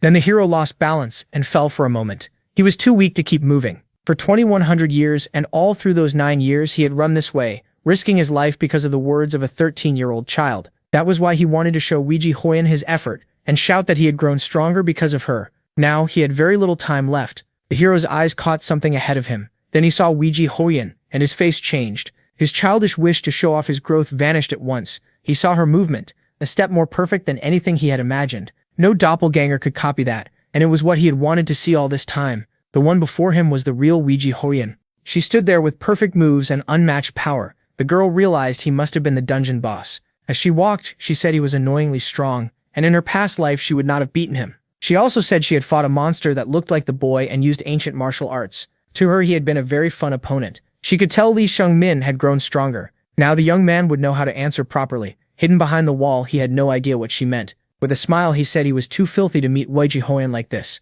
Curious, she asked who he had run into. She gave him some credit for surviving and making it that far. Meanwhile, she leaned against the wall. She said Sungmin had reached his dream and congratulated him. The two kept talking with the thick wall between them. Those 9 years meant a lot to the warrior. For Sungmin, they mattered because of all his effort and hard work. She went quiet for a moment, then asked if he didn't want to. As she had said before, she hated people putting expectations on her. Before she came to this world and after, she had always been watched by those awful eyes. But if it had been Sungmin all that time, she would not have minded. He apologized. She first thought he didn't want to go with her, but he said that wasn't it. Li Sungmin knew that if he went with her now, he would always live in her shadow and keep trying to become worthy of her. Even if he was stronger than Weijie Hoyam expected, it still wasn't enough for him. Smiling, she realized how greedy he was. 9 years had passed, and only 1 remained before their promise ended. So he had 1 year to reach Weijie Hoyam's level, and then they could meet. He said that after 10 years he would go with her. A wide smile spread across her face. Leaving him alone with that greed, she chose to wait a little longer. Before going, she warned him it would not be easy, and in 1 year she would be even stronger than him. From his answers, Weijie Hoyam saw just how much he had changed. The two stood up, and their faces showed their own goals. Truthfully, she wanted to take him right then, even by force. She wanted to turn back and see his face, but she held herself back. 1 year from now, they could talk more. They could eat and drink together and say everything openly. Then she realized there was one thing she had failed to say. Light fell across her face as she passed through the portal, without telling him she missed him. Outside the dungeon, someone screamed in despair. Bixogo asked why the man had taken her out of Somian and stayed behind instead. The drunk man said there had been no other choice, but to her that act was cowardly, not noble. Turning away, the woman said she would leave the Merim Alliance. She didn't want to remain in a place like that, and that man would never need to find her again. To her, what happened was disgusting. The drunk could only stand there in silence. Crying, she asked Li Simin to forgive her. Then she said she had to become stronger. The beings that walk this world on 2 feet have rules and morals to keep order, but some cast those rules aside and go beyond them. Beings that feed on others' blood, beings that reject death and keep living in a twisted way, beings that throw away honor and belief, beings called nature's barbarians, those who even reach the moon. beings that can hardly be called human. Those left on that boundary are called non-humans. The protagonist's face filled with shock. Lost, he found himself in a place he recognized right away. He had no idea where he was or what was going on. Then a voice asked why he looked so pale. Something behind him drew his attention. It was the voice of the monarch of the void. He asked where they were, and the monarch said it was his dream. When the boy borrowed his power, their spiritual worlds connected. So after falling asleep, he entered that dream. His body was now suffering the side effects of that power, but he would not. Relieved, the hero still grew uneasy, thinking he might be hallucinating since everything after the trial felt like a fever dream. The monarch of the void said he had taken that form to make him feel at ease. Then he tried showing the warrior his true form. His energy spread out around him. A moment later, a strange figure appeared before him. It was the great demon, the monarch of the void. In his original form, demons are beings that look like humans. Even if it wasn't his real body, he was glad to use that shape again after so long. The monarch had some questions for the young man. He wanted to know what the boy really was. The power he had lent him should have been impossible for someone like him to endure.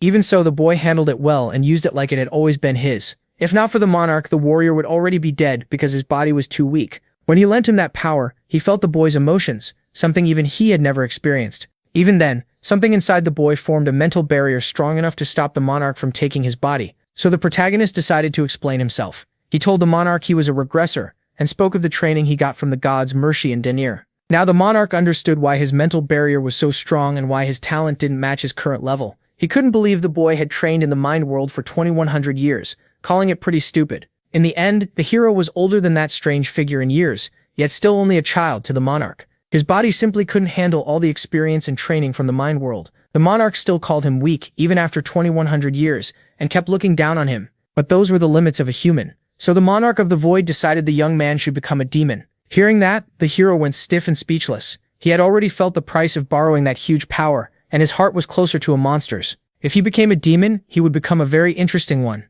If that happened, he might even surpass the woman who obsessed him so much. The young man broke into a cold sweat, his eyes wide with fear. Still, he found the courage to refuse. Even then, he couldn't ignore the inhuman power living inside him. Thinking back, he remembered the order to head north. The old man told him to go where the 1,000-year snow never melts, and meet someone there in 5 years. The group was on its way to the great northern city, Travia, though the girl couldn't understand why they had to stay in such a freezing place for 3 months. While eating, the hero said there just weren't many places they could stop. The voice suggested turning into an object instead of wasting food, and the girl snapped at it to shut up. The warrior kept eating like nothing happened. 3 months had already passed since then. After escaping the dungeon, he paid heavily for borrowing the monarch of the void's power. Even before fully recovering, they headed north as Master Bullion instructed. Now, after 3 months on the road, they were close to Travia. Neville's information said this was once ruled by the bloodthirsty celestial demon. But after he lost an arm to a small celestial demon, demons and monsters started spreading everywhere. Even before that, Travia had already belonged to demons and other non-human factions.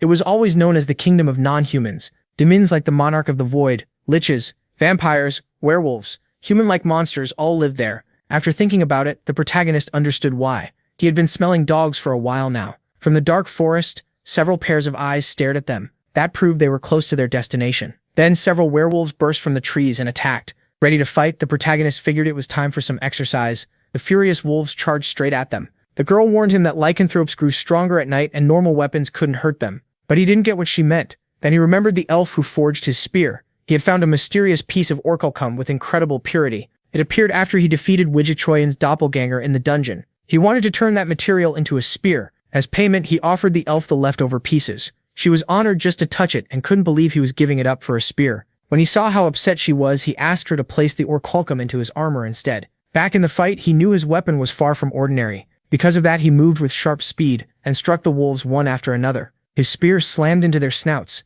His quick movements left them totally confused. He spun the spear smoothly and drove it right into their chests. Then he noticed he'd already taken down half of them. Curious, he asked why they attacked him. One wolf, angered by his nerve, warned he wouldn't walk away unharmed after what he'd done. They said he had entered the territory of the Ghost Wolf sect. The protagonist fired back that he didn't even know where their territory was. The wolves blamed him for ruining their income from the village. That made him remember beating up the people trying to sell the girl as a slave. The wolf didn't react after hearing that. As he struck another one down, the boy said they were the real bad guys here. He told them that if they stopped attacking, he would leave, but they clearly had no intention of letting him go. Before he could even finish speaking, the hero landed a clean blow. In the next instant, he cut the wolf's head off. The voice from his bracelet asked what he was thinking. He answered that he didn't need to think when killing scum like them. The voice said that with his strength, he could have killed all 10 easily. The boy just looked confused. To the voice, the way he fought made him look cocky, like he was showing off. It also pointed out that the girl beside him was very similar to the wolves. She explained that vampires and lycanthropes must serve a master and create weaker offspring away from that place.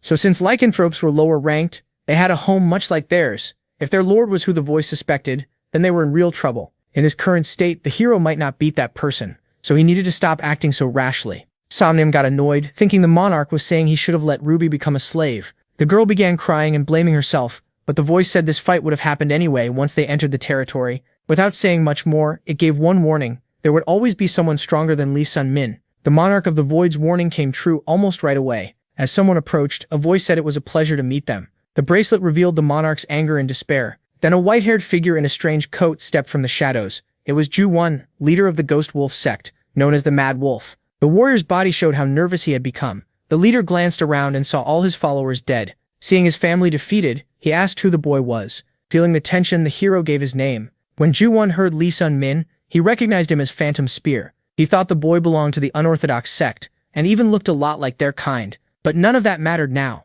Power started rising from Ju-won's body. He meant to kill the boy on the spot and avenge his family. Sensing that murderous intent, Sun-min froze. Then a voice ordered the Mad Wolf to stop at once. The monarch of the void mocked him, asking if he wasn't too old to bully the weak. The moment Ju-won felt that power, he knew who it was. It had been 400 years since their last meeting, and he thought the monarch was dead. The wolf asked what happened to his body, and why he was inside that child now. But the monarch couldn't answer. He didn't even know if his body was truly gone. Remembering an old lie, Ju-won thought back to that humiliating moment. The monarch noted that Ju-won had changed a lot, and used to be far wilder. He told Ju-won to leave at once and stop causing trouble. Watching all this, the boy quietly took it in. If a fight broke out, he wouldn't just stand there. Still, Ju-won said he was only passing by and hadn't really lost much. This time, he'd let it slide. He then asked if the warrior was headed to Travia.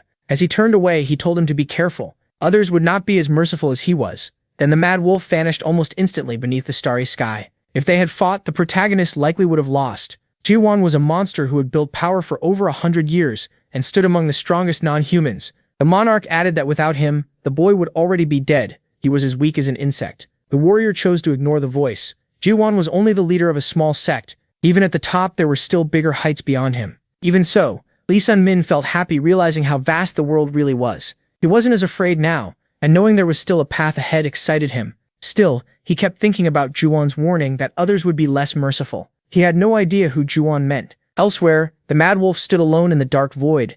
He had met the monarch of the void again and couldn't believe the soul survived even after losing its body, so he went back through his memories. There was no doubt that had been the real monarch of the void, still alive after 400 years. That human was the famous Phantom Spear, and the monarch was inside him. He was probably the one who broke some of Jenny's toys. The woman said she hadn't cared much before, but now the boy was becoming a real nuisance. Looking closer, she noticed what he looked like now. Even though he was human, the boy looked like one of them, and because of the monarch of the void, the wolf let him go. Either way, the woman planned to keep watching his journey to Travia. Still, they couldn't act too fast because of the power inside that human body. For now, that was all the information they had. If anything happened, the predators would notify Ju-won. At last, he had found a heart thief. Neville showed that the document held key details about Travia, including patterns and traits of its forces, then handed the papers to Lee Sun-min. Predators, no one, and the 5 leaders, the Black Stars, they held incredible power, and he knew the danger was huge. The others Ju-won mentioned were probably those predators, and the Mad Wolf was one of the 5 leaders,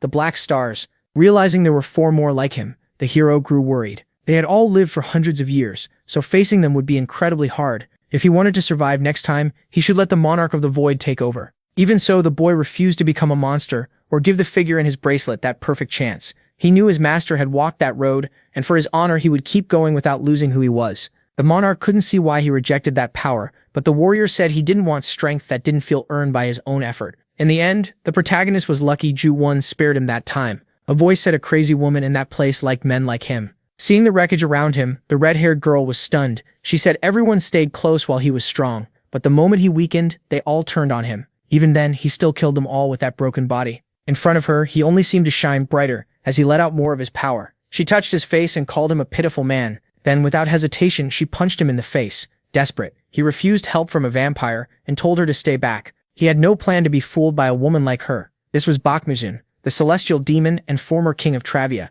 To the vampire, the whole thing was fascinating. She didn't even know why, but a man like him made her heart race like never before. As she licked her wounds, Janella the vampire queen and a black star of the predators decided she wanted Bakhmusin for herself. If he took her offer, she would restore his missing arm and give him the power to beat the one who reduced him to this state. At that moment, pain tore through all of Bakhmusin's limbs. Gritting his teeth at her, he said he refused. Janella had expected him to say yes, so his answer made her furious. Even after losing to someone younger, his will still shined, and that was exactly why she liked him. But every time he rejected her, that strength would slowly fade, so she knew it wouldn't be long before he finally gave in. Still, that wouldn't satisfy Janella. It was always the same. Once she got her toy, she lost interest and went looking for another. She had played that game for a very long time. While she walked in silence, a man called out, "Master!" She turned at once to hear him out. He warned her that a strange young man had entered the city. The man looked human, but his energy was not. Right away, Janella knew it was the boy Juwon had mentioned. She thought Mad Wolf was a total fool for letting him leave unharmed. Acting like it had nothing to do with her, she still decided to see the boy for herself. Near a wall, someone sat with a huge chest wound, almost looking dead. People kept walking through the streets without stopping. Even so, some men could feel the heavy tension in the air. They had finally reached Travia, but after the attack on the celestial demon, the city was in chaos. A closer look revealed piles of bodies. The monarch of the void warned that they weren't ordinary corpses. They were all non-humans. Lycanthropes, vampires, and more had gathered in Travia. They normally stayed hidden, so walking around in the open proved the city was far from normal. Rubia asked if they really had to come to a place like this, since the old man might have been wrong. Lee Sun Min paused when he heard an unfamiliar voice speak to him. Startled, he noticed Janella beside him, saying she was someone very important. With bright yellow eyes, she introduced herself as Janella and said it was a strange